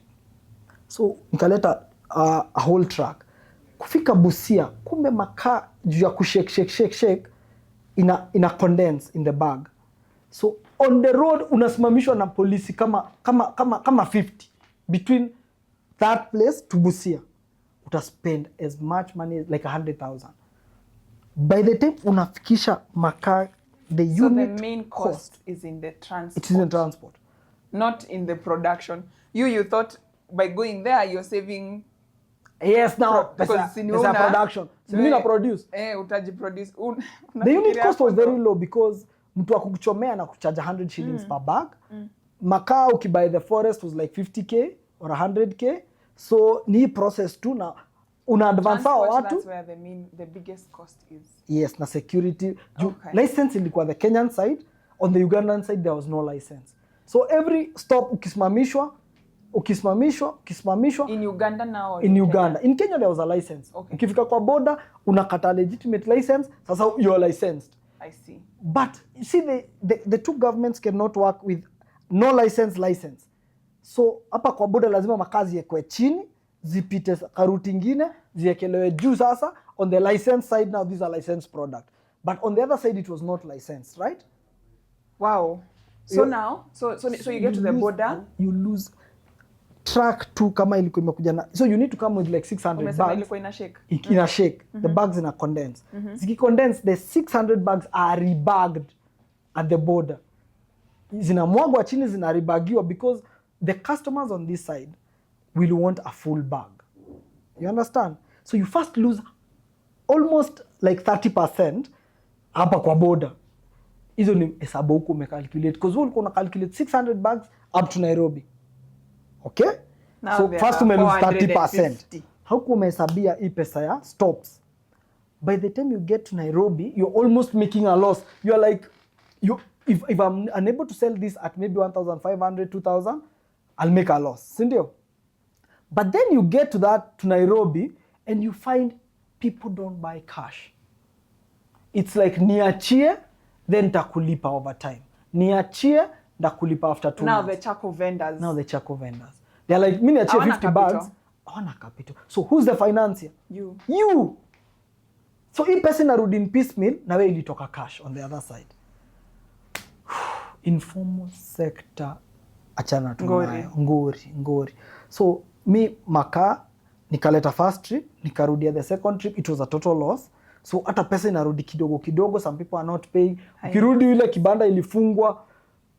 You see the way you're saying that it's a cartel, it's true. If you go to Limuru, the charcoal sellers are in one place. If you go to Nakuru, they're in one place. So they know a newbie. Yeah. Because they've never seen you before. Yes. So nituachie on credit. Even if the other guys ask for 50%. Wanakuja kukumaliza. Na guess what? Niachie nitakulipa baadaye, hautalipwa. Guess what? Already uko na trailer. Hautalipwa na huwezi sema, if you don't pay, I won't supply you. They will just buy from their usual supplier. So you're and number 2, remember, one, hauna experience. The transporter alikuwa amepeleka kitu South Sudan, so it's a trailer. So wanakuambia toa mzigo please by kesho. So umejaribu kuuza, hakuna. You went got some place to store, weka chini. So now that is expense sasa ya transport. 5 bags Roy, 10 bags Kitusur, 2 bags. You had not thought about this. Although I feel I should stop asking you that because I've been in your position and usually unafikirianga venye unafikiria venye hii product inaenda ni kama ikifika itaenda hivyo. Yeah. Like you will ready market. Immediately. Ready market. Kila mtu anatumia makaa. And that is the first analogy. And the second analogy ni shida yako ndio inakudrive. Most of the time it's not, you didn't sit down and think through the production, the sales, the risks. You're not being driven by the value you will be offering this customer, so that you think through how then you can do the best to give them the most value. You're being driven by your problems. You hardly think straight when you're broke. You hardly think straight. You're thinking, how will I parent? It's like that time my son broke his arm. Nimeleta trailer ya makaa, haibaiwi. The hospital is asking for 450,000 deposit. Utatoa wapi? Sindio? So what do you do? Makaa huwezi uza. Makaa uzi. So it's hawezi uza. By the way, I sympathize. Unaona mtu akianza biz na unaona tu ana make mistake. Sikupenda kwao. It's because at that time they are not thinking straight. They're thinking survival, they're thinking school fees, they're thinking rent, their problems are driving them, not the business. Hizi vitu zote tulisoma. Kumbuka nimetoka business school, I'm coming to revolutionize the yes, the makaa business. The makaa business. I need to show them how to bank. Formalize. Bankable. Yeah. You know, how to keep books of accounts, you know, how to bank any story. So tell me, how do you transition to, I need to stop doing these things the way I've been doing them.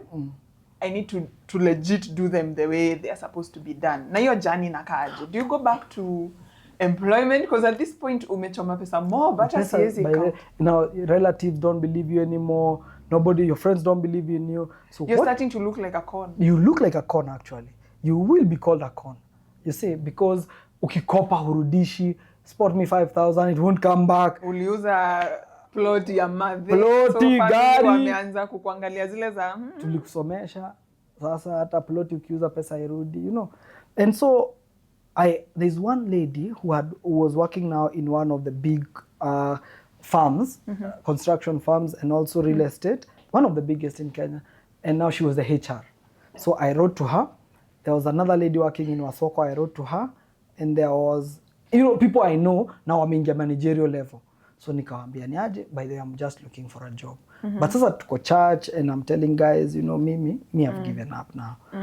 Even you can't afford even hizo vitu za church. Maybe kuna kitu ina contribute to 5,000. You can't afford. And one of the guys has a taxi business. Akaniambia, I know, unajua saa nyinyi watu mmesoma mwezi fanya hii job. Nikamwambia bro, kesho asubuhi ni day me. Akaniambia kesho utarauka come ndakupatia gari moja. He never thought I would come. And I went. Mimi acha nikwambie, kwa hiyo taxi nilikuwa napiga watu story. You became a cab driver. He is but for NGOs. Yes. So yeah, ameshika tu NGOs. So COVID imeingia. So his business boomed also. So vile nimeingia, kazi yangu ni kimbilia employees, bring them to work. So we'd have schedules of kimbilia we airport, do this. So akaniambia, before you actually, no, I'm trying to get a job. Yes. Because for me, job was always the fallback. The networks. Hizi networks ni poa. Tunabeba. Always. That's also what he told me. He told me, the people utakuna beba na kuna kupea premium clients. So always tell them what, you know, uko na papers, you have this, maybe watakupea job. So me wazungu story na wapigia story wanacheka, and they would, by the way, it even almost became a scandal because I made sure I did it so passionately. Watu walikuwa watoka nje kama mko kabtano, anasema me I want Steve. Kwa mwingine anasema nataka Steve pia. So what would happen is I need to take this one to Kikuyu, come back for this one. Anaulizwa, no, but the others are available. And no, I have an email I need to send, then I'll come back, Steve anipeleke. That is what happened. So I did it so passionately. That's nice. First month I can pay 15K, second month 25K. By the 6th month he was paying me 45K. Because it was also like commission based. Nalingana vile unajituma. No, sorry, not 6 months. By the 3rd, 4th month, by the 4th month I got a job now. One of the ladies akaniambia, "Sio ulikuwa umesema unataka job kuna managerial positions zimetokea, dress nicely, come tomorrow." The first interview I got was for one of these lipa pole pole apps were just starting. So nilikuwa nimeapply kwa shortlist, and I got shortlisted, nikafanya interview. Now I'd forgotten the interview, so because of taxi na kwenda nikipea wazungu story na wasi wa UN na nini, so I had forgotten the interview, so I didn't pass. The second one I was very prepared, and it was zote zilikuwa online that time because of COVID. Then you come for the second interview, sasa in person. So I passed the first phase. The second phase I had to meet their board. I met them, and now I met the CEO. He was really impressed. He actually gave me two options. Choose either this job, because I have a wealth of information and knowledge. Background, nampigia story hata anajisikia hapo kwa hizo story. You know, he can see his mini him in my stories, and he was like, "Okay, I have 2 companies. I'm starting a construction company. You have a background in I've had uko nyuma uko na story ya construction. Na also I'm starting hotels. I want you to choose one." He really wanted me to go to the hotels, but I knew construction is better. And so I transitioned sasa, nikapewa sasa managerial level, manage everything construction in that company. Big company. So budget. Driving the car. I've never worked now very formally anywhere. I see. You see? Yes. I've never worked at the formal reports, nini. Yeah. This is the first time. Now, because even the other one, when I was working for the ladies, not as formal as this one. Yes. Hapa kuna structure. You have a HR, you have head of HR, you have other HRs are down here. But now I did not know the politics in corporate. And that's the problem. I came with my naivete. I came trying to structure things, make things work, drive sales, make sure. Now, they got me an accountant. But the problem was one. Materials were being bought na kujuana. I know you, so no. I said we have a direct. If it is cement, we have an account with cement producers. If it is transport, we have an account with the truck companies. If it is, we have an account. Kumbe, I am pinching people's loopholes pole pole bila kujua. Nakanyaga toes mingi bila kujua. You're making enemies. I'm making enemies in here without knowing. So, transport streamlined. Materials streamlined. Made sure if it is ballast, because they had many projects and huge projects, so there's a lot of money. So I made sure we have an account. Why do we pay cash? Yeah. And I learned a lot from them because they taught me things like, it doesn't matter. Get a good deal and pay cash. You don't have to, you know, the belief out there is other people's money, and that was my belief, that credit is better than paying cash. Pay 90 days, they would be like, no, make sure you pay, get the best deal. And so I streamlined everything. Kumbe, nimefunga mifereji, and I've done away with so many suppliers. Hallelujah. You've made enemies. I have made enemies. I did not know. So HR called me. No, before you get to the HR, the car they had given me, the company car, got an accident. But I mean, the driver. And I went to the mechanic, I thought I could fix it. The mechanic told me it's like 10,000. And HQ said, no, you don't pay for it. We have a certain garage. When the bill came of how much we had paid, I told the accountant something is wrong. This was supposed to be like 10,000. Right now, the bill I'm seeing, something is not happening. Something is not working. So I told him, from now henceforth, you take over. We make sure the cars from this department do not go to that garage. More enemies. No enemies. Now we had a truck. A truck would go back to the manufacturer, one of the dealerships, to repair, but it would go every month. So I went to the dealership and told them, from now henceforth, you repair this truck once in 6 months. Tunakuja to service. Yeah. I don't want and you to need hear, a job card, like to show ili repair. wapi, nini, kwa nini. Because it's coming so often. Yeah. We need to stop this. Nikawambia, you repair it once and for all. They asked me, have you spoken to so and so? I told them, but I am in charge of the department where this truck is working. It is me. Huyo kwanza hayuko in my department. So, I didn't know. The next time I have a call from the HR, me and the accountant and so, but we had, streamlining is not easy, because me, I'm thinking, make sure everything works, everything is profitable. Yeah. One of the suppliers told me, hey, na by the way, hata kama ulituchuja job, hatukukuwa tumekununulianga chai. I did not know. Why not? Me, niko open anytime. Kanitumia do kwa M-Pesa. Next week, I was called. We had deals with the suppliers. Nikamwambia, what do you mean? I kicked the suppliers out, not brought them in. The CEO did not even give me audience. He told me, I feel so disappointed. I've seen so much in you. I told him, give me 5 minutes. You're not disappointed in me. This, you just need to understand. He told me, Steve, I don't have time to calm down and clear these things out. I'm busy. And it's true. So they set you up. They set you up. Basically, they picked one of the suppliers to send you money. Then it was flagged. And then it looked like they made a story around it. Yes, and I was fired. And I had they told me now, no, they didn't tell me to resign. They fired me on allegations of you're colluding with suppliers. But I asked them, make it make sense. This supplier, make it make sense. I'm kicking the suppliers out, not the other way around. So maybe the story was this now supplier paid you so that you can get them back in. That's one. Or they did not pay me. That's why I kicked them out also. They didn't give me a kickback. I'm kicking the suppliers out, the ones who are not giving me a big kickback. And I said, that's fine. And okay. So you leave? I leave. Within a month, nilikuwa kwa mat, I get a call from, zile jobs unaendanga easy apply, LinkedIn. Sorry, my LinkedIn was hacked, and after Instagram, now I don't have any of those now. But I would go, easy apply, like that. Even without checking, bora tu ni business development. I got a call from one of the biggest restaurant chains, and nikatoa tu kichwa kwa mat. I didn't care whether they would snatch my phone up or audio. Yes, is that Steve? Yes. Would you be willing to come for an interview on Monday? Jesus, I said, God, hear my prayers. So that's how I got again another job. Almost immediately. I then made sure I sent back the CEO, because he has a chain of restaurants. I told him, by the way, this chain now can supply you anything you need. No bad blood, but I really felt bad. Because you felt like you lost that relationship also. I did lose the relationship, but I also felt he should have fought, or even wanted to know, was this true? Yeah. Or what happened? You know? Yeah. Me, if you said... Usually ukisetiwa umesetiwa. You're going against like 3-4 people. No. Kwanza hiyo board, they had discussed.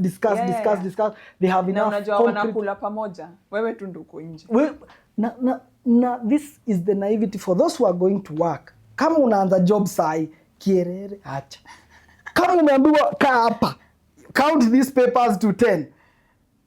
Na uone kuna papers zinapotea 5. I would not advise ukimbie. First learn, there's a lot of politics in corporate that we don't know when we are coming out and getting in. We always think that promotions are out of hard work. No, it is as good as... You're out there to do good. But doing good is, you need more than just doing good. You need people more. skills. People Kusoma skills, watu. kujua ni nani, who to talk to, who to impress, when, how. That What I to didn't say, have. what not to say, what to look away. Like, ni kama hukuona. Haikuhusu. Na haikuhusu. Sijui who has a relationship with who. Ikuhusu, we, achana. Fanya kazi. Sunalipo mshahara. We, fanya kazi. Achana nayo. And now I got the second job. And now sasa nimelearn. Nimelearn kutoingililia watu. But one thing I also learned is that these companies will never fall in love with me. I need to stop falling in love with these jobs. Yeah. Because I'm giving my all, but when the company needs to kick me out, they don't even consult me. It's an easy decision. And I'm telling you, it's as easy as we didn't have time to investigate. Yes. This is not what we stand for, and we don't have time to come down there. Replaceable, easy. Easy, like tomorrow. So when I learned that company did one thing. They gave me a good role, and they gave me freedom, and they gave me a card, meals. That changed my life. Because ukiniambia you want tukutane, it will not matter. The finance guy who used to call me almost every month. Because my meal card is like 20 Gs. I would spend 40, 50 Gs every month. So they're like, what are you doing? Well, Steve, are you okay? Why? Your meal card says 50,000. You know, we need to plow back the 30. It's okay, you can take it from my salary. No, that's not the point. You're supposed to have a limit. You know, we'll cut it from your salary, and I'm like, it's okay. It's okay. Now, I was making contacts. I made sure nobody ever paid for any meal during that time, including my friends. Now, the guy is in charge. That's when I met two guys. Now, I needed to transition to a more stable... Now, I started learning how corporate works, and I regretted not staying in corporate for a bit of some time. I would advise, if I left work, I should have stayed in corporate for like 5 years. Then now left and go to Juakali. I would know how to structure the business, how not to be the business. Sina checkbook kwa hii side, hii simu ingine pia inaingia kwa bank. You know, when there's a problem, they only call me. Yes. That was me. But structures, processes. My previous CEO did not know how much we would sell anything. If you call them, he would say, call Steve. You see, because that's his department, that's his headache. His work was business development only. Go to different countries, open markets, do this. And I really admired him, and I really learned a lot. But the key thing that I learned from him before this other job was, he tripled, during COVID, everybody scaled down on marketing. He quadrupled marketing. He took his team to the whole world. Everybody marketed. He bought more equipment for podcasts and shows, and he became an authority in the industry. And I really admired him, the way he thought, and the thought process, and the finance guy. And they paid all the loans during COVID, when everybody else was shutting down. That's the reason why I think what you're doing is amazing, and talking to the people out there. And I would want to be like you eventually. But you already are. No, not yet. Bado. Now, so now, nimeingia huku, niko na job card, and I'm doing amazing, all is well.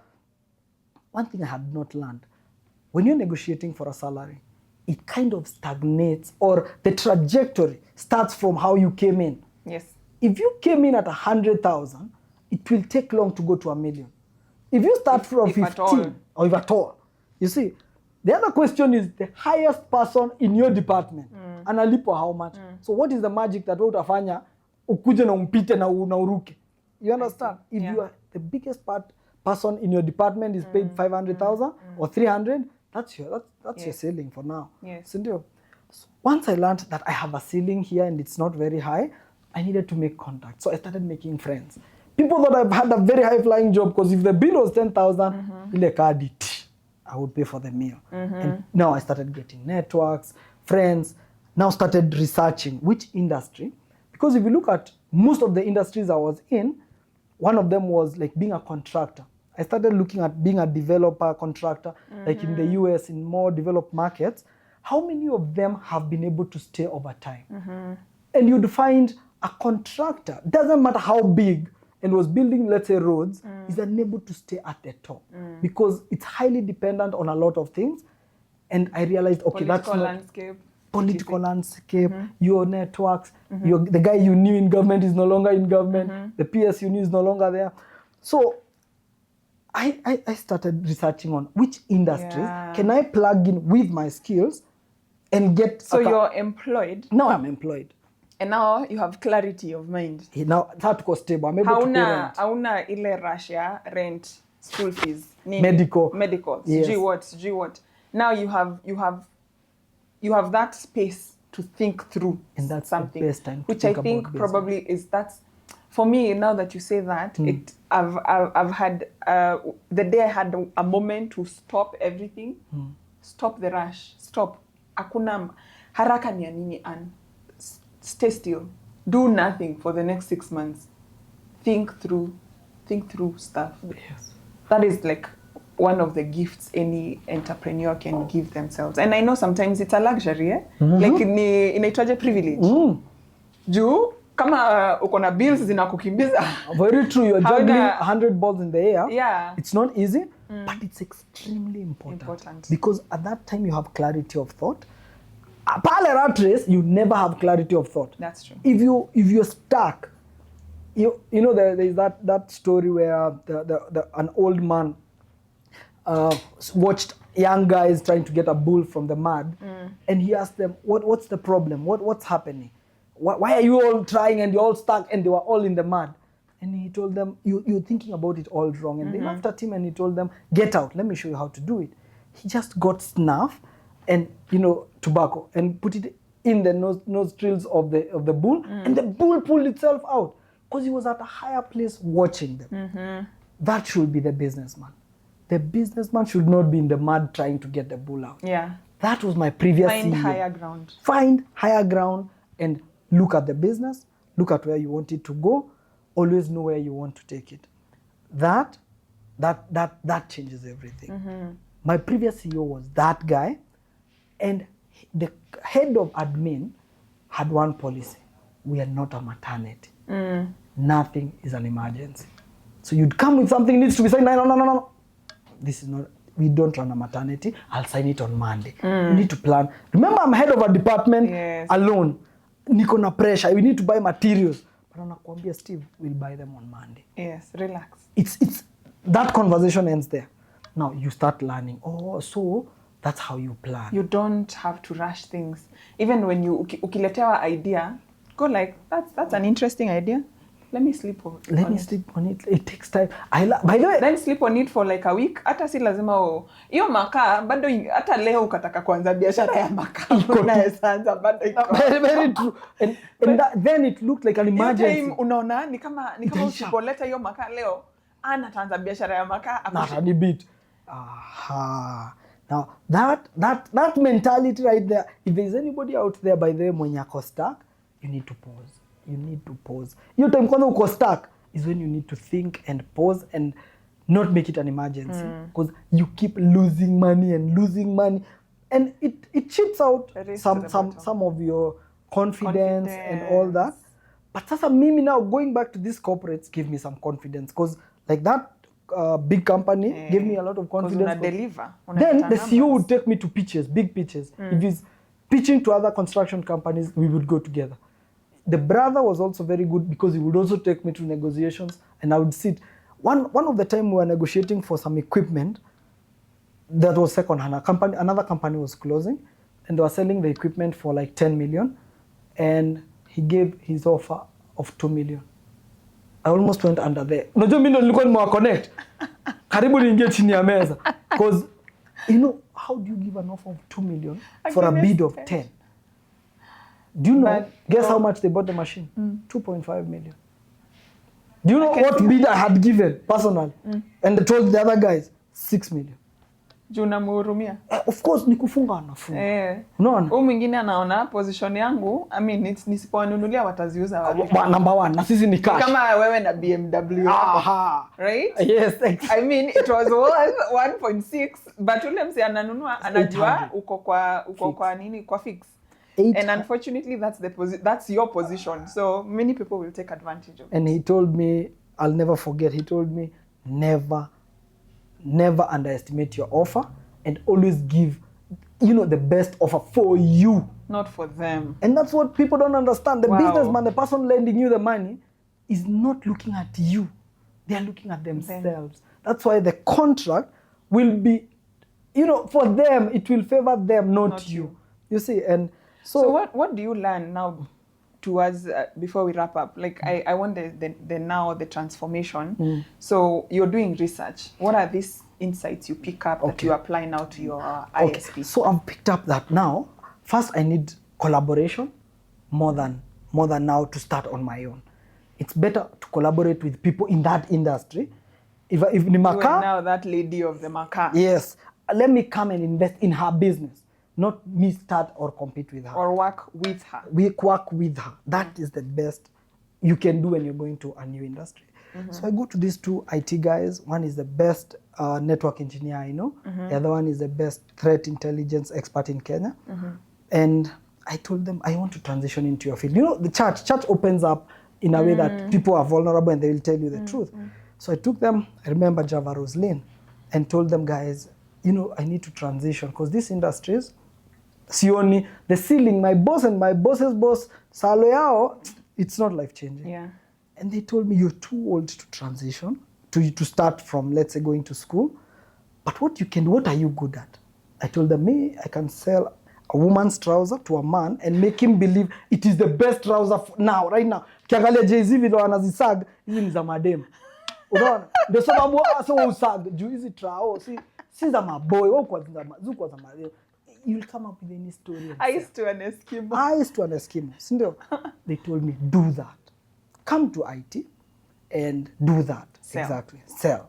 So one of them had an ISP that was running, and he was struggling because he had two companies. He had one of the companies that was dear to his heart, and the ISP was also one of the struggling businesses. And he also had a partnership that was not working.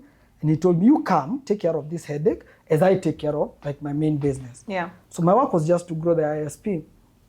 That time, niko bado huku, niko job, got a VA job in Canada. So those ones were paying me $1,000. Nikahama, my mom passed on. And because... Oh, no. No, it's all good because I took it very positively. Juu alienda akatunegotiatea na God directly.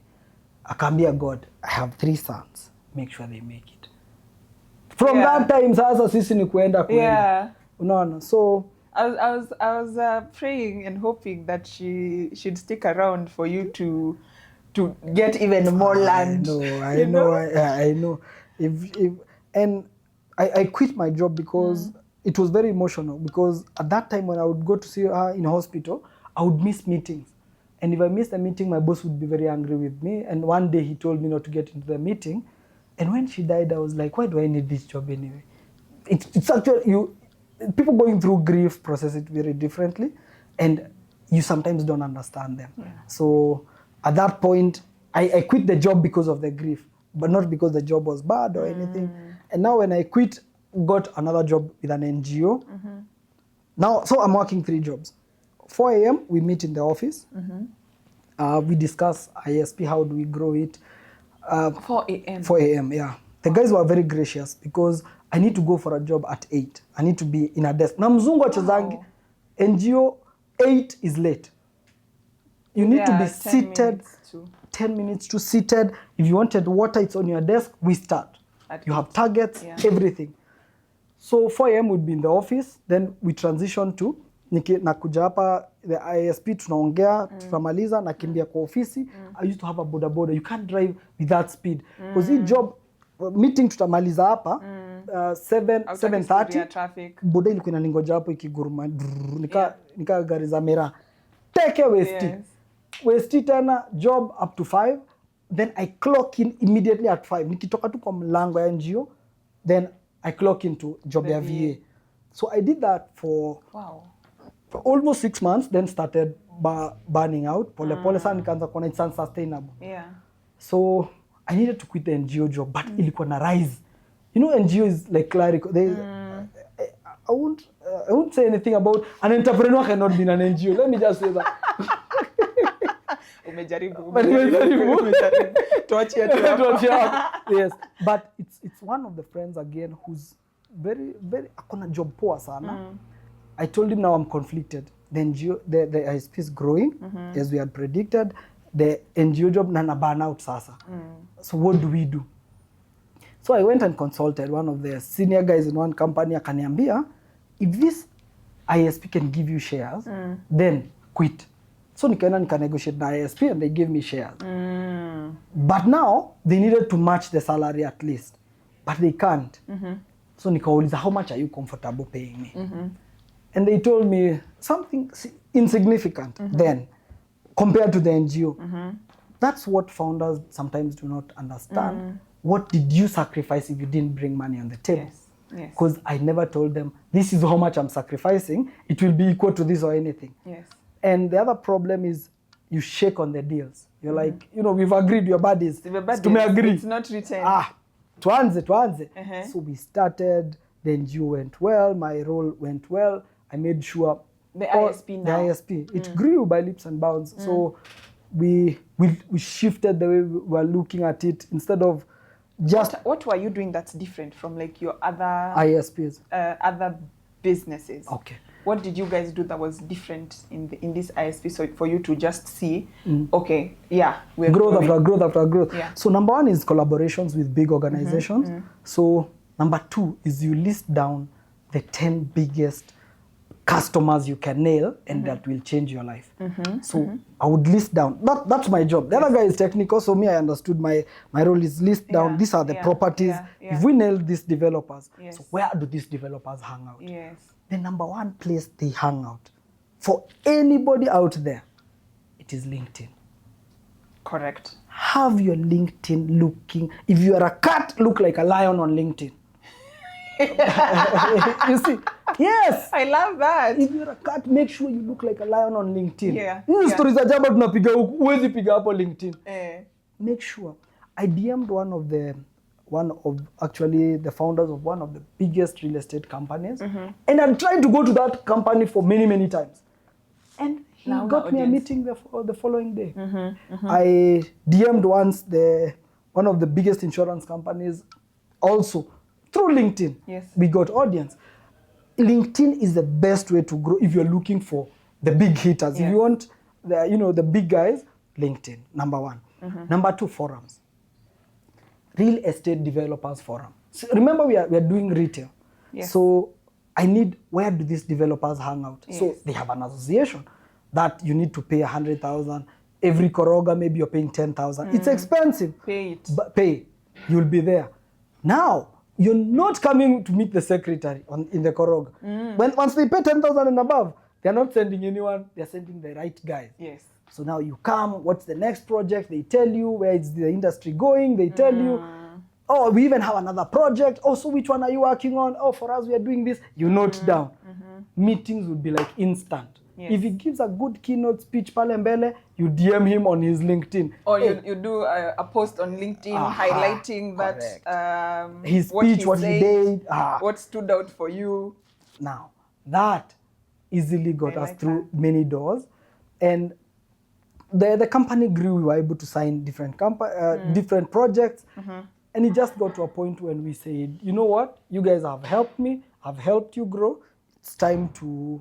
and then it na me yangu, but you guys have helped me come from here to here. And that's the advantage of having people who can actually hold your hand and lift you from point A to point B. If you're going to grow in any industry, you need somebody to hold you. Mentors, somebody who's in that industry. But remember me, ile kierere ya kukosa kuogopa the big companies, so that has also helped a lot in the industry. And we needed to position ourselves as the leaders and the people who are going to advocate for the industry. Because there's also the Kadogo market in that industry is also huge. And we were like, you know what? We're going to try and bring the guys together.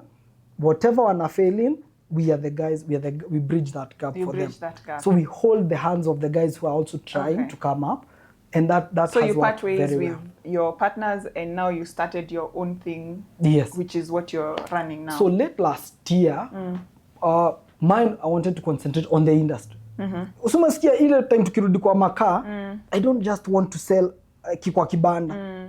I don't You're want to go looking to for the a border. bigger, larger market. Yes, I'm looking at how can we go to Uganda, Rwanda, Burundi, South Sudan and do this. Yes. Something that I would like, and it's not coming from a bad place. I would make sure if you're trying to go into partnership, make sure you have clear guidelines of where you want to go, because that changes along the way. You see? So if it's not written down, change? What should you do? Should it change? Because now you'll be very valuable if we wanted to come from point A to point B. But you'll not be as valuable if we now change to go to point C. Yes. You understand? Yes. Or pivot. Na So utaki kuachwa kwa mataa. that is one. Have it written down. Number two, if you don't have money, you are better off with a joint venture than a partnership. My analogy. If you don't have money. If, let's say, we are partnering to start selling. People really don't value sweat capital. Correct. That I have been in situations. Mpaka unaona nimeifeel. People don't value sweat capital. What you bring to the table. When it's not monetary, wanakudharau. Correct. And that comes with... it's more important than money. Sorry to cut you short. No, it's okay. It comes with... What happens with sweat capital is, I found you struggling to sell glasses, for example, but the business is yours. If I move 1,000 of them and you're moving 2, that is my value. But it will not matter if you had bought the first 2 and now the business buys the other 998. Yeah. You see? And that is why I would say, if you had a joint venture and not a partnership, your joint venture would also be able now to sell glasses. Yeah. Does it make sense? Yes. Because if it was a joint venture, you'll come with your company to help these other companies scale, but now you're both in the business of selling glasses. So tomorrow, if this company tells you we don't value you, you know what you'll do? You'll go to the bank and tell them, I have experience of selling glasses and I'm very good at it. Give me $1 million shillings, I go buy glasses and start selling. And tomorrow you'll excel. But sweat capital in Africa, and even loans is mtu atana inject capital in your business. Ngumu. Because they expect to always make a return. People in Kenya will give you money. If I give you $1 million shillings, I expect if the business fails, you give me back my 1 million. Yeah. But if the business works, we split the profit. So you're taking all the risk. You always take the risk. And so that's why be bankable early, go to the bank, make sure you're working. Just start working with the bank from day one. Copper, if you're able to copper 50K, then go to 100, 200, start early. Start early. That will come in handy than you going to the people to use. Okay. So now for the people who are watching, maybe kuna jamaa wako tu mahali anashanga anze biashara gani. With what you're currently doing, what would be the opportunity from where you stand? With what you're doing right now? So the ISP space is flooded with small ISPs trying to come in. Most of them doing hotspots. That's where they just put up internet out there. But the regulation, most of them is where it's going to bite them. You see. Then number 2, but you asked the easiest way for them the opportunities would be, let's stop looking in Kenya only. Let's start looking Uganda, for example. It's just starting. You can just take routers from Kenya and send them in Uganda. Easy peasy. Just go to Uganda, get orders, come to the Kenyan guys, agree on a profit share, and sell. Tanzania is opening up. South Sudan is opening up. The way we've been brought up is, my mother would not even sell in Mombasa. So I don't have experience of selling to many countries. Yeah. But that would be the easiest thing. I would just get a TikTok page, go to Uganda, register it, look around, or even partner with an influencer in Uganda and just sell a product. Tomorrow morning, you'll start. TikTok, guys. TikTok? By the way, TikTok changed my life. That I will tell you the truth. The amount of people or the number of people who come to you for collaboration because you're on TikTok are crazy. Are so many. Yeah. You're unable to handle it. Where mwenyewe, you get 500, 1,000 messages every day. Many people want to collaborate with you. Yeah. So for the person at home when you're coacha and is wondering, how do I really start? Just first start with TikTok. That I would tell you. Start with TikTok. Tell people what you do and what you want to do. You'll be amazed, the people who are out there. Wow. This has been so awesome. I know it's been many stories, but these are literally, this is every other entrepreneur story in Kenya. I can promise you that. Even me, should Steve host me on his show, which he said he's opening very soon, I'll have, a bunch of them. Thank you, Steve, for sharing and being so vulnerable. This has been amazing. Any last words before I wrap it up? Yes. The last words would be, if you're really at rock bottom, just know that God had a purpose why you came, but it's up to you to find that purpose.